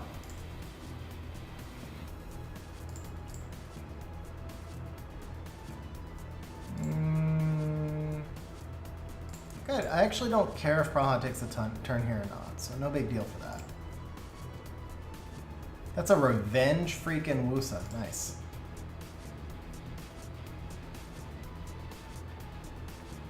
Okay, can we stun the Fran? Yes, we can. Nice. Okay, second bomb for you. Not so nice, but that's okay. So I can't hit the Wusa yet because I don't want to trigger the, I didn't want to trigger the Abellio. That's okay, though. Oh, why you gotta resist, bro? And proc! Urgh.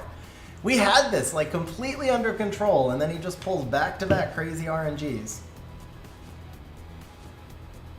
I'm completely shut down now. That's not good. Oh, never mind. All right, I'll take some RNG. I'll take some RNG, thank you.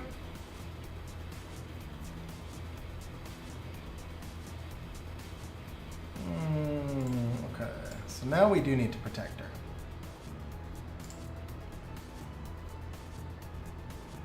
What up, Cytex? How you doing, man?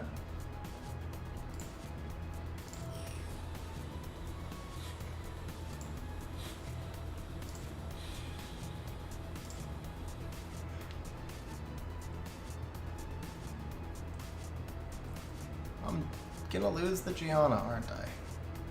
That's not good. Dude, really? Really, bro? That was kind of stupid. You should have killed the Giana right there.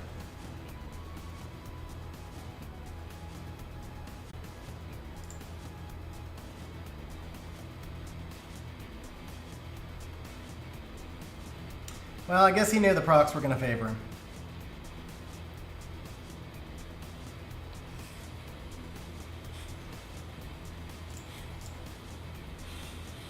What up, Patty Sore? How you doing, bro?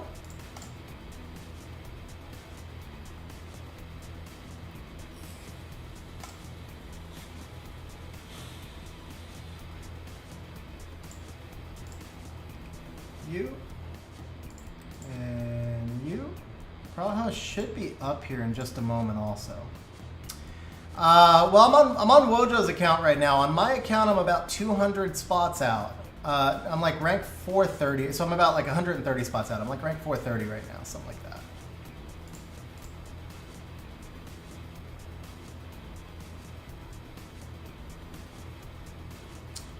This is gonna wake the Abelio up, so we just have to go into Abelio.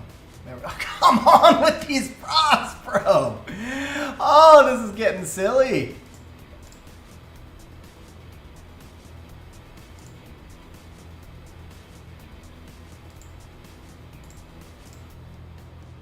Nice resistance. Again, probably a resistance friend. That one's fair. It's the procs that are less fair. I take more issue with the procs than I do with like resisting a low accuracy monster, and that's fine.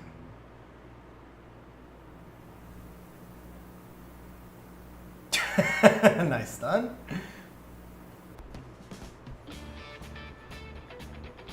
What, you're not gonna sleep me there? I thought you would sleep me.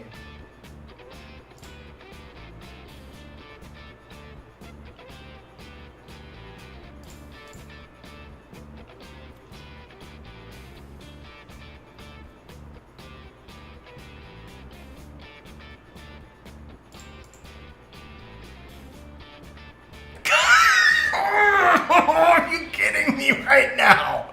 Are you kidding me right now? Oh.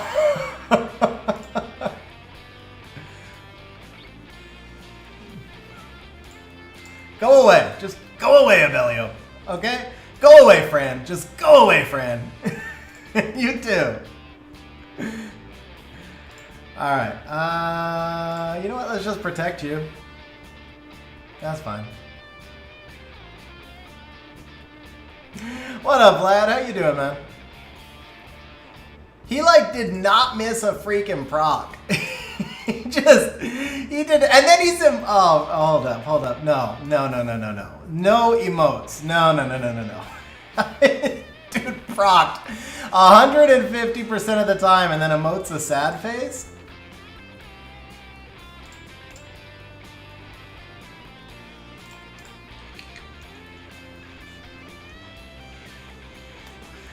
Bro, that was something.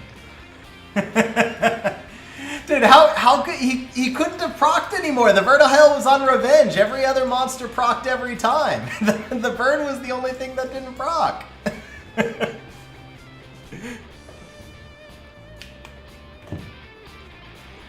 Long match, Cytex. So it was just a long match, and you know Oliver stacks up, so you had 50% attack buff. Keep in mind that was probably 60 or 70% boosted attack because the match was so long. So he had massive attack boost. The opponents had way deteriorated HP, and he had his 50% boost on the Mega Gun also.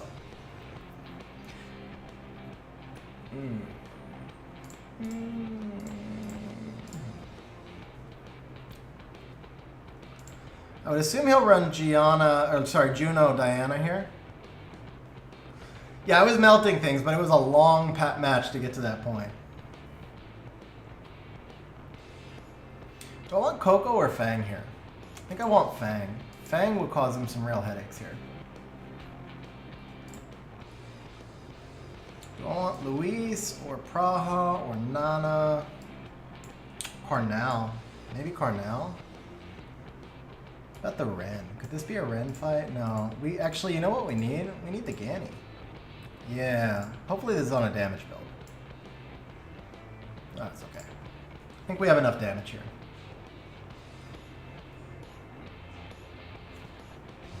Oliver is a Sky Surfer. Oliver is Sky Surfer.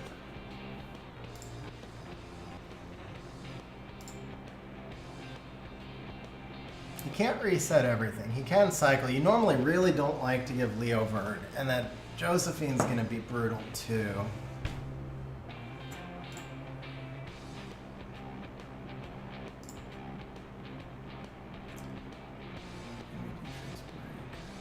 All right.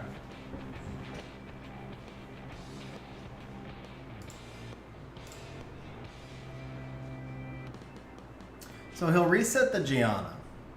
He'll reset the Giana. That's not a terrible thing because that's going to let me reset the Josephine. Yeah, Elias, we got a good climb so far. This must be a revenge CR then? Yes, it is. That is a Violent Leo. She didn't need that much extra attack bar, bro. But we may as well actually just proc the Josephine here. Hopefully the Shizuka outspeeds. No! Damn it. Okay.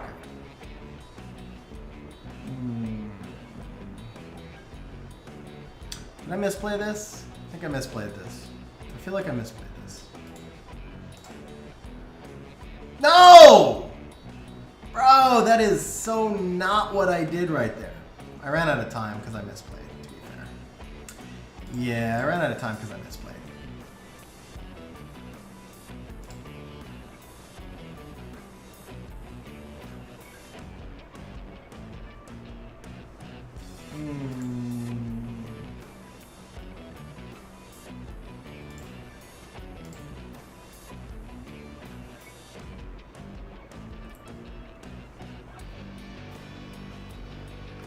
Yeah, I think what happened is I timed out. I clicked late. I clicked a second late.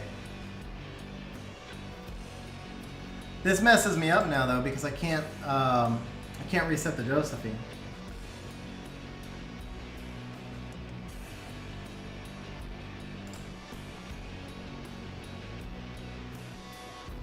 I still have a chance for a Fang solo here. I honestly do, but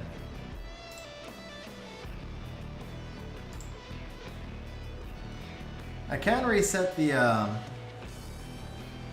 Fang's in front. I think Fang might kill.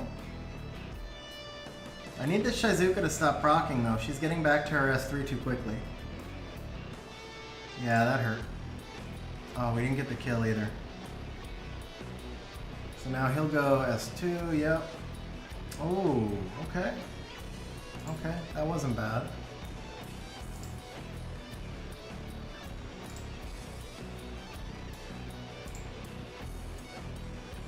Ganny's in front? Is Ganny in front? Not anymore. What? How did that just happen? Leo wasn't in torrent range. Leo was not in torrent range, bro. How did Leo just one-shot me? Was the Ganny like unruined or something? I don't get it.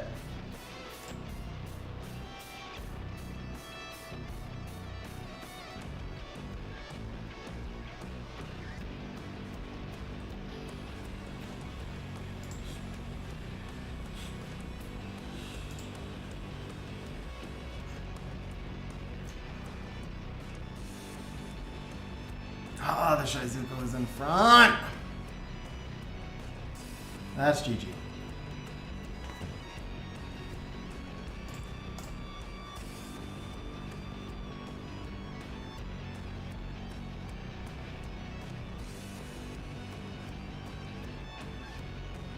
You got S3 back too, right? Yeah. Okay. I don't understand how that Gianni got one shot, bro. But I did make, I did time out. I didn't actually misplay. I tried to just S1, but I did time out, which resulted in the Gianni wasting his S3. So that was basically a loss on me on gameplay. Because I would have been able to reset the Shizuka, and it's a very different match. Even if the Gianni dies after that, it's a very different match. That was just a throw. That was just a throw.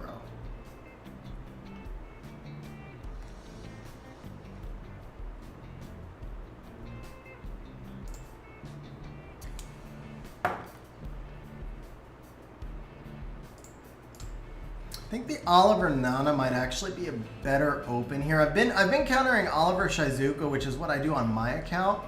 But because we're struggling with damage a little bit, and because this usually indicates snipe anyway, we lose the Shizuka. The big issue here, obviously, is, and it's not within your control. This isn't a criticism. It's just that you don't have it. Not having the Bulwark makes you kind of vulnerable to some of these types of teams. That's one reason I like taking the Shizuka there. Oh, man. He's got Giana, doesn't he? This is a Giana team here. We don't have Nana. So we basically have, the Shizuka's already a force ban, and I have to take the Giana because I feel like he's playing Giana. This is a Giana team that he's playing. Chow's interesting. Over Ileana, Molong, Illinois, yeah. That's a nice counter.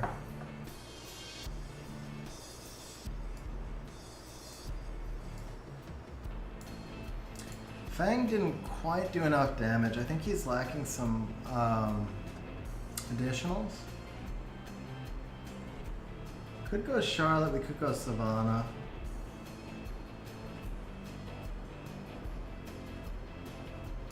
Let's do the Savannah.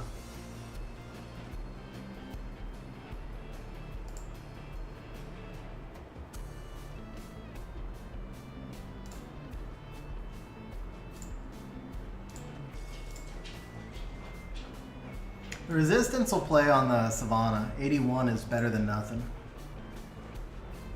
Bro, Elias, man, I hope you pull a Giana. That would be insane, bro. That would be absolutely insane.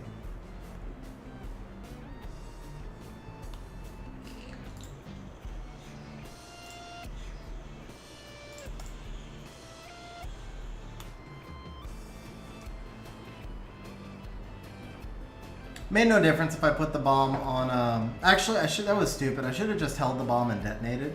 I knew I wanted to proc the Josephine, but there was absolutely no reason to, yeah, there was no reason to waste the bomb because now I have an extra 1 turn cooldown, right? So that part was dumb. That was just a misplay by not being used to having Giana, right?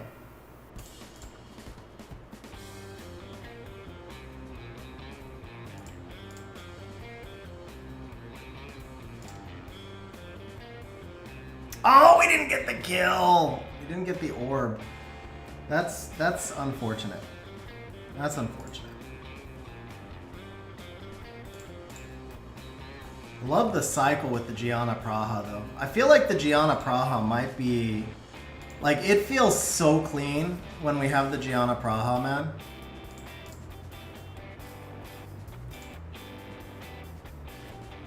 Just feels so clean when we have the Giana Praha.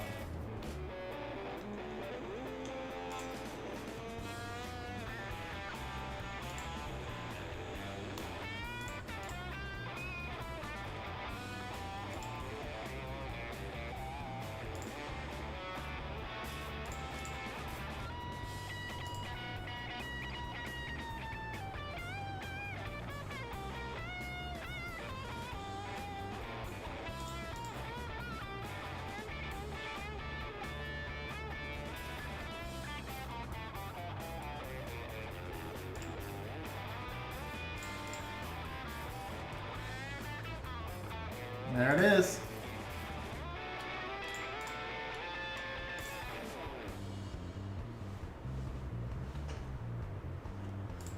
Yeah, I feel like that's going to help you. So that makes up for the fact that you're not like super fast. Between the Oliver and the Praha speed buff, that just feels like the best comp we've been drafting all day.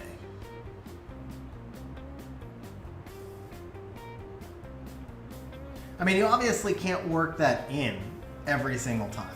If only it were that easy, right? But when we get it in, it's...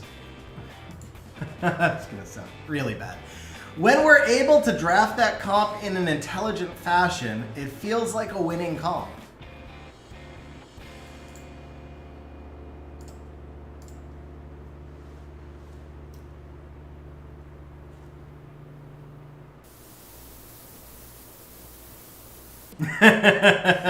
Hey, Elias, I did not finish that statement, okay?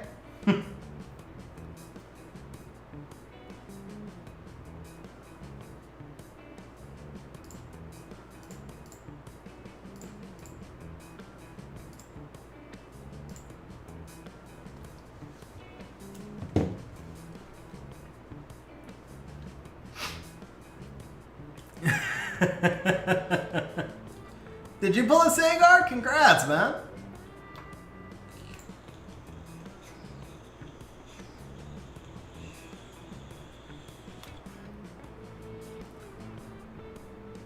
Really?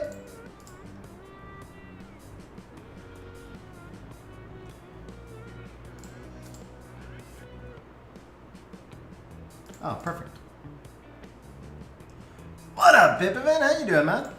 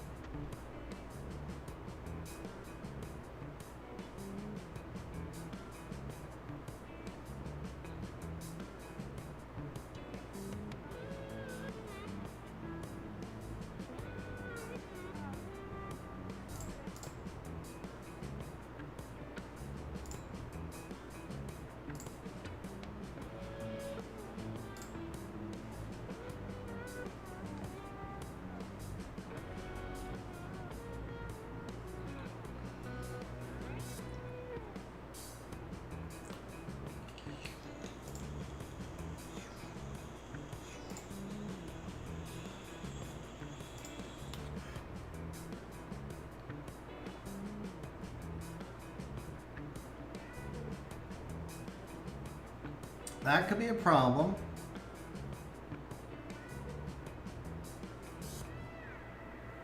That's a problem. Don't crit. Come on, don't crit 2 in a row. Well, never mind.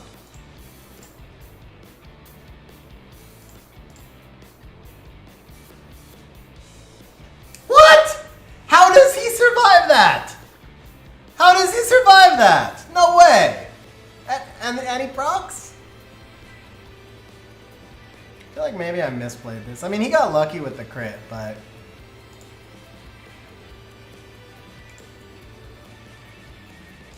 yeah, this thing is not going to die. Okay. Alright, well, he's out. I don't think we can kill the Wusa, though.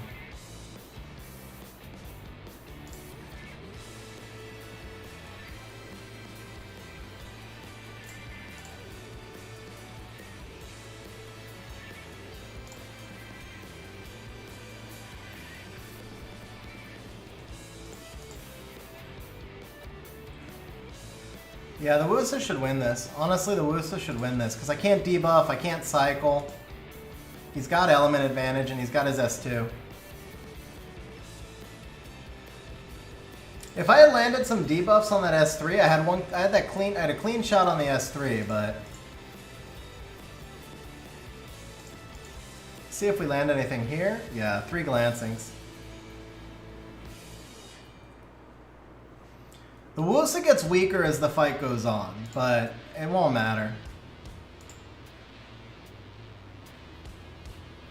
Probably, I was just about to say he'll probably sleep me here. Oh, come on! Back-to-back sleeps. Bro, not even cool.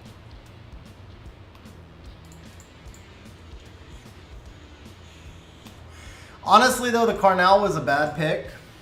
The Carnal was a straight up bad pick. I needed a second strip unit there because I knew I was letting the Wusa through. Praha was the pick on the end. So that was one of those, that was just a straight bad pick. Like if we pick Praha on that last pick, we win the match. Not having a second strip gave the Wusa too much power, and the Praha does just as much for CC. I think Carnal like just doesn't work. I think it's I won't say doesn't work, but for your comp, I think the Praha just fits so much better.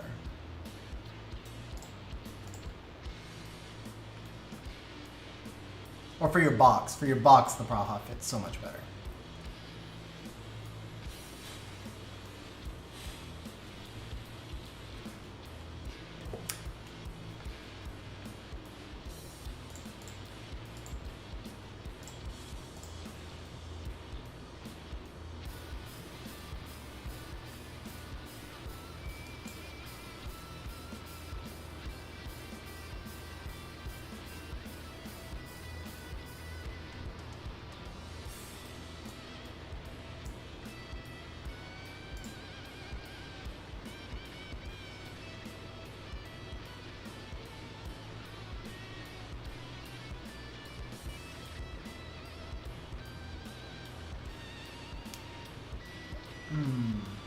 I'm thinking Ganny, but he has no strip. He has no strip. The Luis could do a lot of work here again.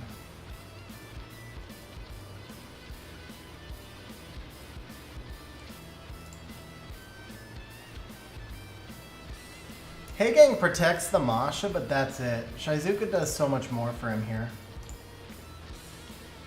Let's go resistance. We have resistance on her. How much accuracy do we think that Masha has? If it has like 30, does the resistance lead give us anything? The attack doesn't probably do enough. Resistance is more likely to change this fight than attack is. Like, even if we don't get a lot of resistances, one resistance on the Masha could change the fight, where 33% attack on the Giana is not. This is basically going to be like, we control or we don't. We really just need to like wait long enough for the Nana to get a kill, so.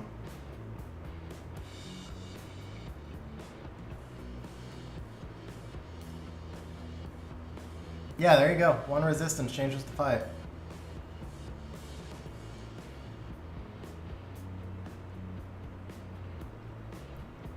Bro, really?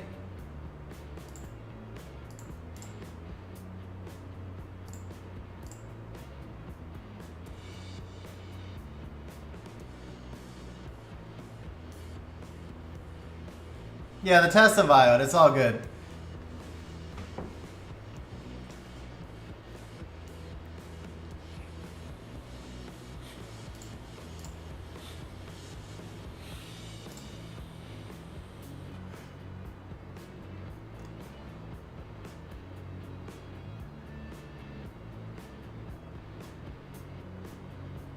Is he gonna kill me again?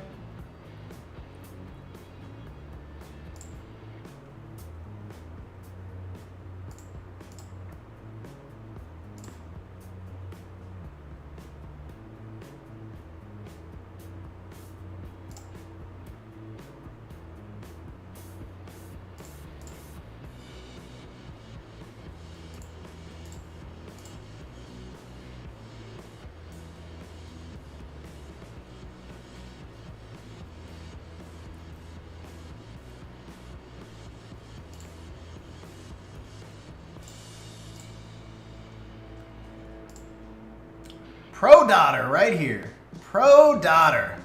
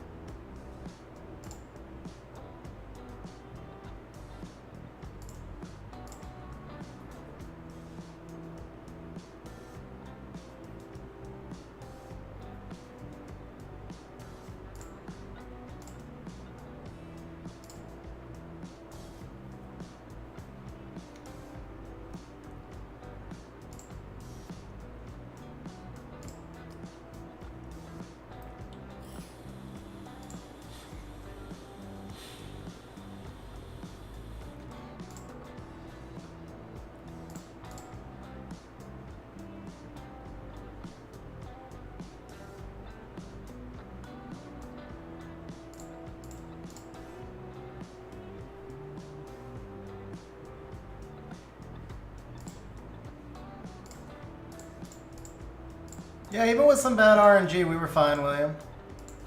He had a lot of, yeah, I mean, the Tessa proc at the start was huge. It wasn't like, oh, it wasn't crazy RNG. Just the Tessa proc at the start was really big.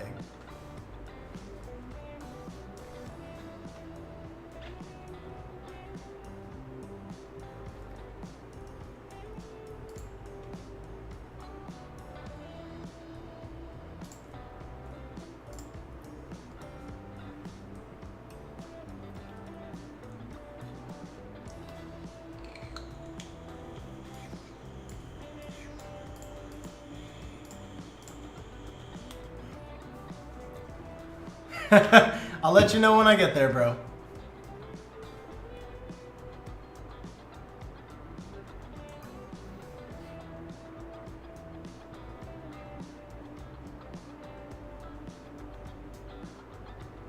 We have Josephine. No Josephine, no Juno. So Volantis is a 4-spin, is he? Is he gonna? He's gonna struggle for damage, right? If I take Vanessa, it's Vanessa in a damage build? That's the question. She's not. Okay.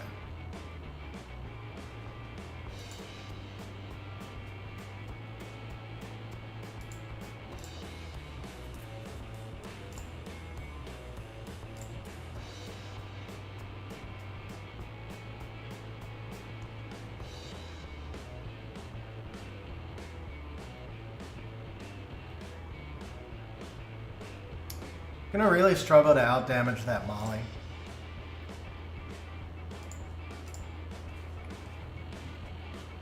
What up, Tariq? How you doing, man? Can you buy wings after the season is over? Now, once the season's done, it's done.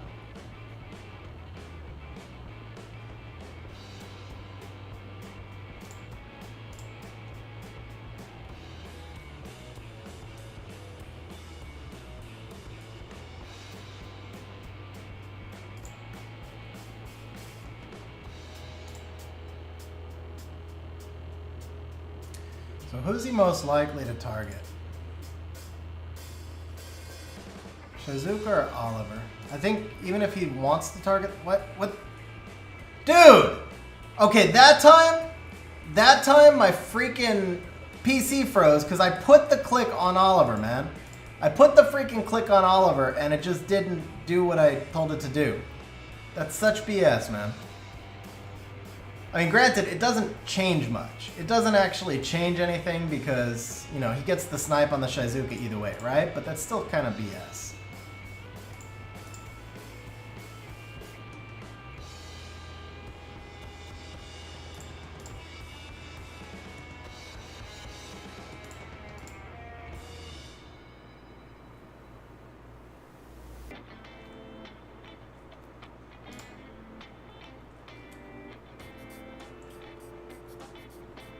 Quit procking and landing stuff when your defense broke.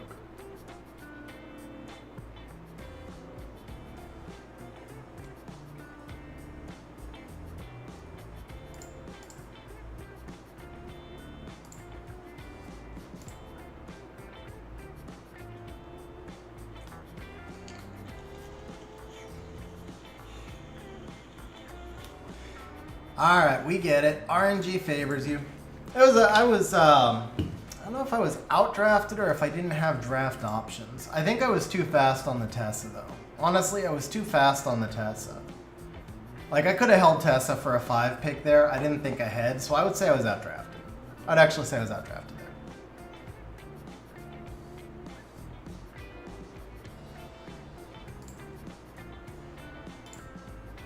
All right, I think we're going to make this the last wing. We did a lot of wings. Okay. Praha Giana last 2 here probably makes the most sense. That's felt really strong. Yeah, oh well. All right. Can we Fang this? Probably not. Can we Charlotte this? No. It's gonna have to kind of be a second stripper, right? Losing the Praha here hurts.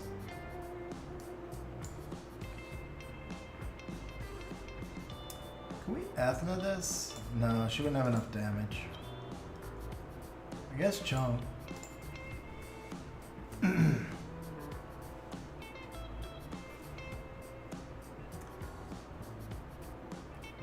don't care if he nerfs his own Leo and his speed buff, right? Not his Leo. I don't care if he nerfs his own Masha and his speed buff. That's fine.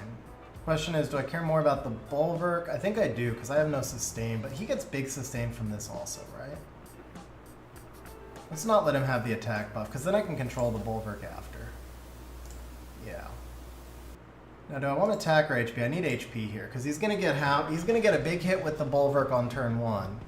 But we get the revive. He'll get a little sleep with the Praha, but if we survive...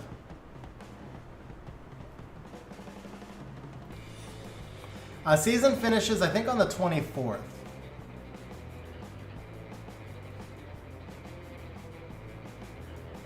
Ah, Gianna's faster. That's nice. That's real nice.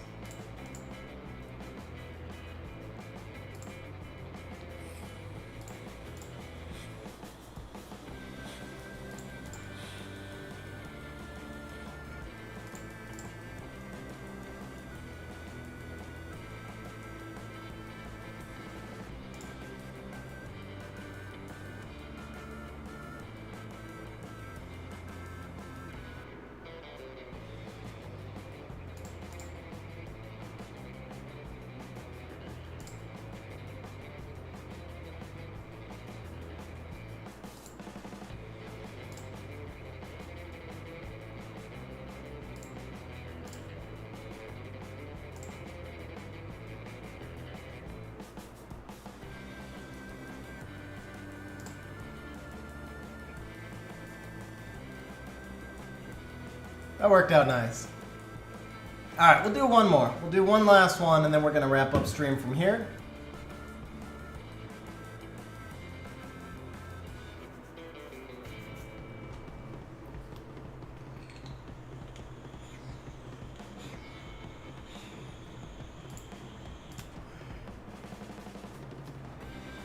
Solid climb. We're up about 50 so far. I threw one match. I got outdrafted on a couple. So, I mean, overall, I think very solid climb.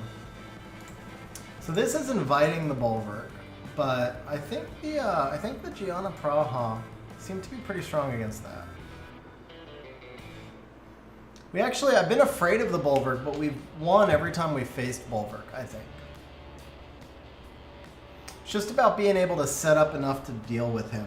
Not having the I mean, we've had the Nana, though. That might have been a key.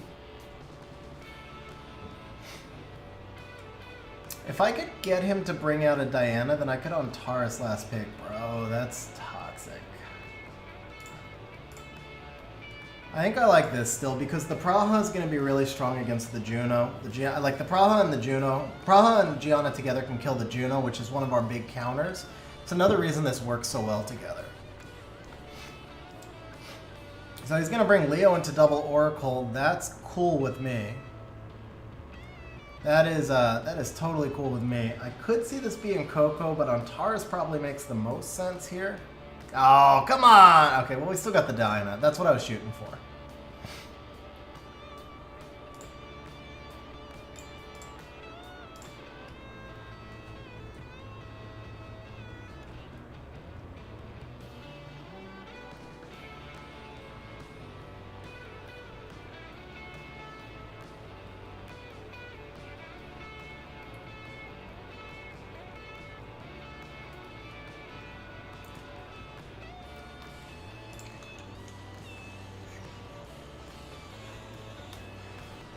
Is there value in me taking turn 1? Or would I rather he take turn 1?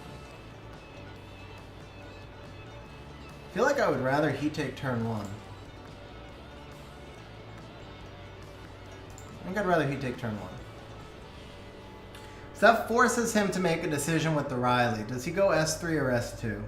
If he goes S3, then I can use the Praha S3. If he goes S2, then I can use the Praha S2. So I'm better off if he has to make the first decision. Diana's going to be locked down at least for a minute with the Antares on the field.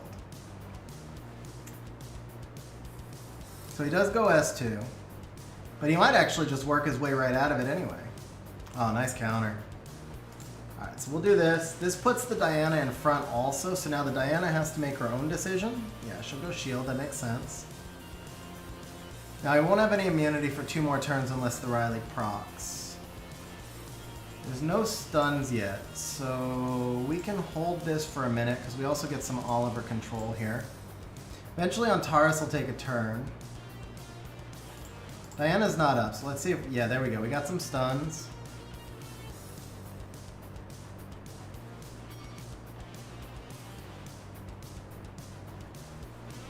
So now I get... First of all, I get to sleep him, and then I actually get the attack and crit rate buffs on the Oliver, which are going to be nice. Do this. And let's get into this Giana a little bit.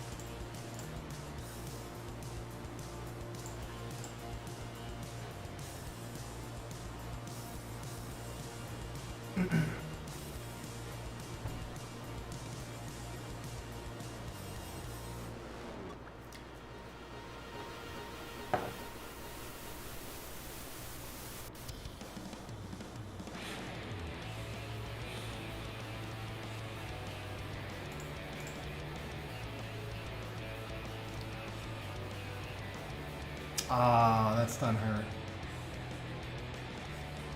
Kind of fair though. Okay, I didn't have enough damage.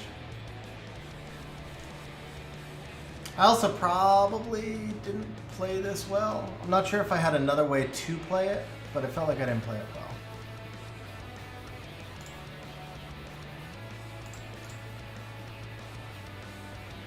I think the Juno might have been the ban.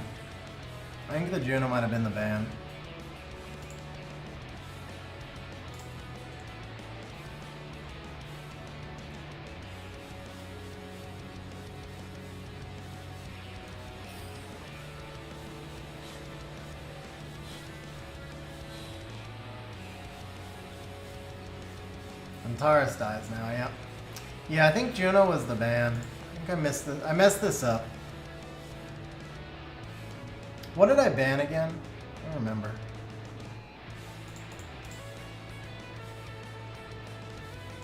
Was it a bad draft or a bad ban?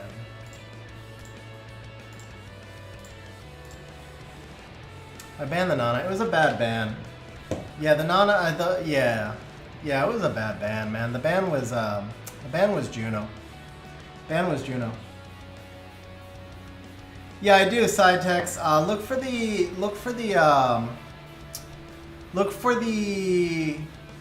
thumbnail that says finding max damage on your Lucian. It's like swap series number 6 or swap series number 5. So it should be on the swap playlist. Alright, I ain't going out on a loss. I am getting late here. Definitely the last one. Either way, we'll do one last wing here. But I feel like that was, I don't know for sure if I win if I ban the Juno, but I know for sure I lost because of the Juno. Where I read it wrong is I didn't think he was going to ban the Giana. I should have expected that they would ban the Giana more often than not, but I didn't think he was going to. Alright, so this is going to be a straight speed competition. Has he got Ongi Uki? No, Hegang's fine. Actually, Hegang's not fine. That takes us away from our...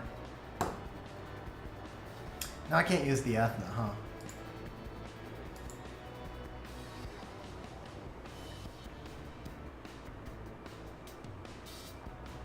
I can use the Masha, though. All his damage right now is the Ciara.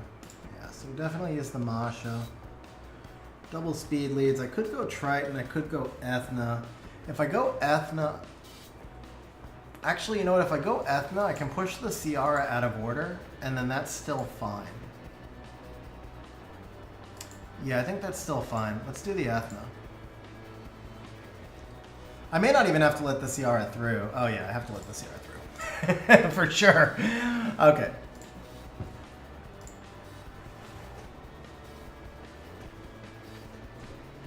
So the resets here is, for sure we're going to go Ethna into the Ciara.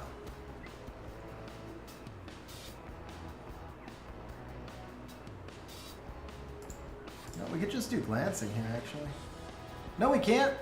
We can do nothing here. We can miss everything and proc the Vertihile.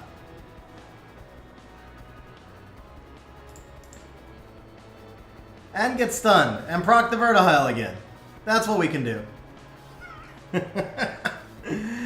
Okay then. Should I have played that safer? I don't think so. I think I played that right. I think I played that right and just got unlucky, right?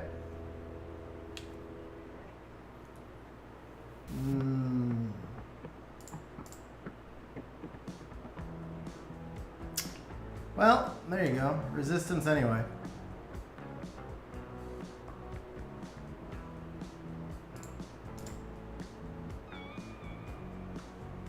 Did she land nothing? She like crit on nothing. She has 80s. She landed no crits. She gained like 20% attack bar. How much crit rate did we give her?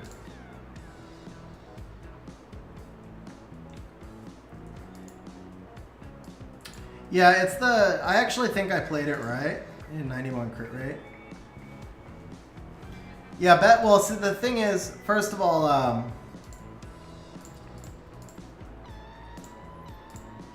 yeah, no, I think I played that right, honestly. I think I played that right, because you have to think towards round 2 in the cycling, right?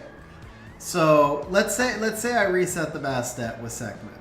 And then let's say that Ethna manages to push the Ciara in front. Ciara is going to gain 30% attack bar, and the Verd's going to give her 40 more. So the Ciara is going to cycle in between everything I have, because I'm low damage. There's a chance. I mean, does Ciara get back in front of Oliver or not? That's the real question. Also, Ciara's attack bar was so low, I wasn't positive the Hagang would push her in front of me. So that's the other thing, and the reason I went S2. See, look at the Ciara right here. So Hagang's only going to give her 15% attack bar, right? Sekhmet's not going to have immunity no matter what. So let's say I reset the Bastet with Sekhmet. My Sekhmet's unprotected. Now let's say I run the Ethna into the Ciara. First of all, Ciara is not going to cut. So if Ciara doesn't cut, then my Oliver may not be able to reset her. If the Ciara does cut, she gets a free bomb on the Sekhmet, so I don't get the Sekhmet S2 after. And then the Vertihile cycles her back in front again. So Oliver can reset at that point, but it won't matter as much. And the Hagang is still out there with the glancing. So I actually think I made the right decision, and it went the wrong way. But I think I made the right decision. The glancing, landing glancing on the Vertihile there. First of all, I mean, it's a really fast Vertihile. It looks like a swift Vertihile. Because remember, I'm on a 33 lead, he's on a 24 lead, and his Vertihile is equal to my Oliver. I guess that doesn't look swift. That looks violent. To be fair, that looks violent. No, Ethna's faster. You can see the attack bars here. Ethna's definitely faster than Oliver. So, yeah, if Ethna goes into the Ciara, she steals the immunity, but she doesn't push the Ethna in front. The Hagang then clears the stun even if I land it, and the Ciara goes in front of the Oliver and puts a bomb on the Sekhmet. Oliver can reset after that, but we've already got a bomb on the Sekhmet. Ethna's squishy, and then he gets the glancing from the Hagang. I don't know. That's how I read it, and I think I read it right. What up, noob? How you doing, man? I can't swear by it, but I do feel like I made the right play.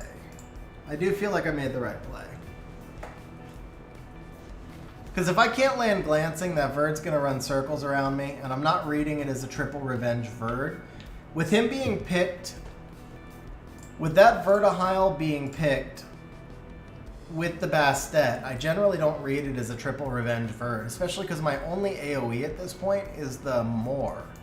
Like, that's a strange place to pick a triple revenge Verd, so I'm thinking at most it's violent. I don't expect it to counter.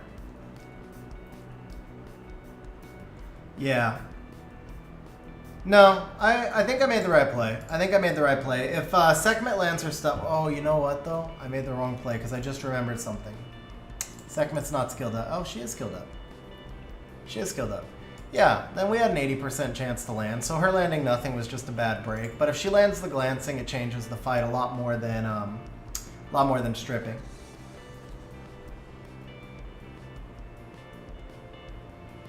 Yeah. Alright, well, alright, so we end on 2 losses. We climbed 30 points, but gave you some ideas. I definitely felt, of all the different things I tried, I felt like the Giana Praha had the greatest synergy by far. The Shizuka fits in there really well, but what happens is every time I wind up with Giana Shizuka, I feel like I wind up either short on damage or short on sustain. Like they go into some sort of a bruiser comp. I really like the Nana in there. If anything, I mean, she wasn't run through the optimizer, right? So if anything, you might even be able to squeeze a bit more damage onto her, a little bit more attack, but I felt like the Nana build performed really well. So that's kind of my assessments for you, bro. I think the Giana Praha worked really well together. We lost every time I tried drafting Ciara. Could just be I drafted her in the wrong spots, but generally I feel like Ciara got nerfed in the last patch, and for the most part I just don't feel like she did enough when we brought her in, if she got a turn at all. She did get some turns with the revenge build, but I just didn't feel like she quite did enough. Alright, very welcome, man. So we're going to wrap up stream from there. Guys, as always, I appreciate you hanging out on stream. And I will catch you guys on the next stream. Be next Tuesday. Remember, stream schedule changed, so I'll catch you guys next Tuesday. Have a good night,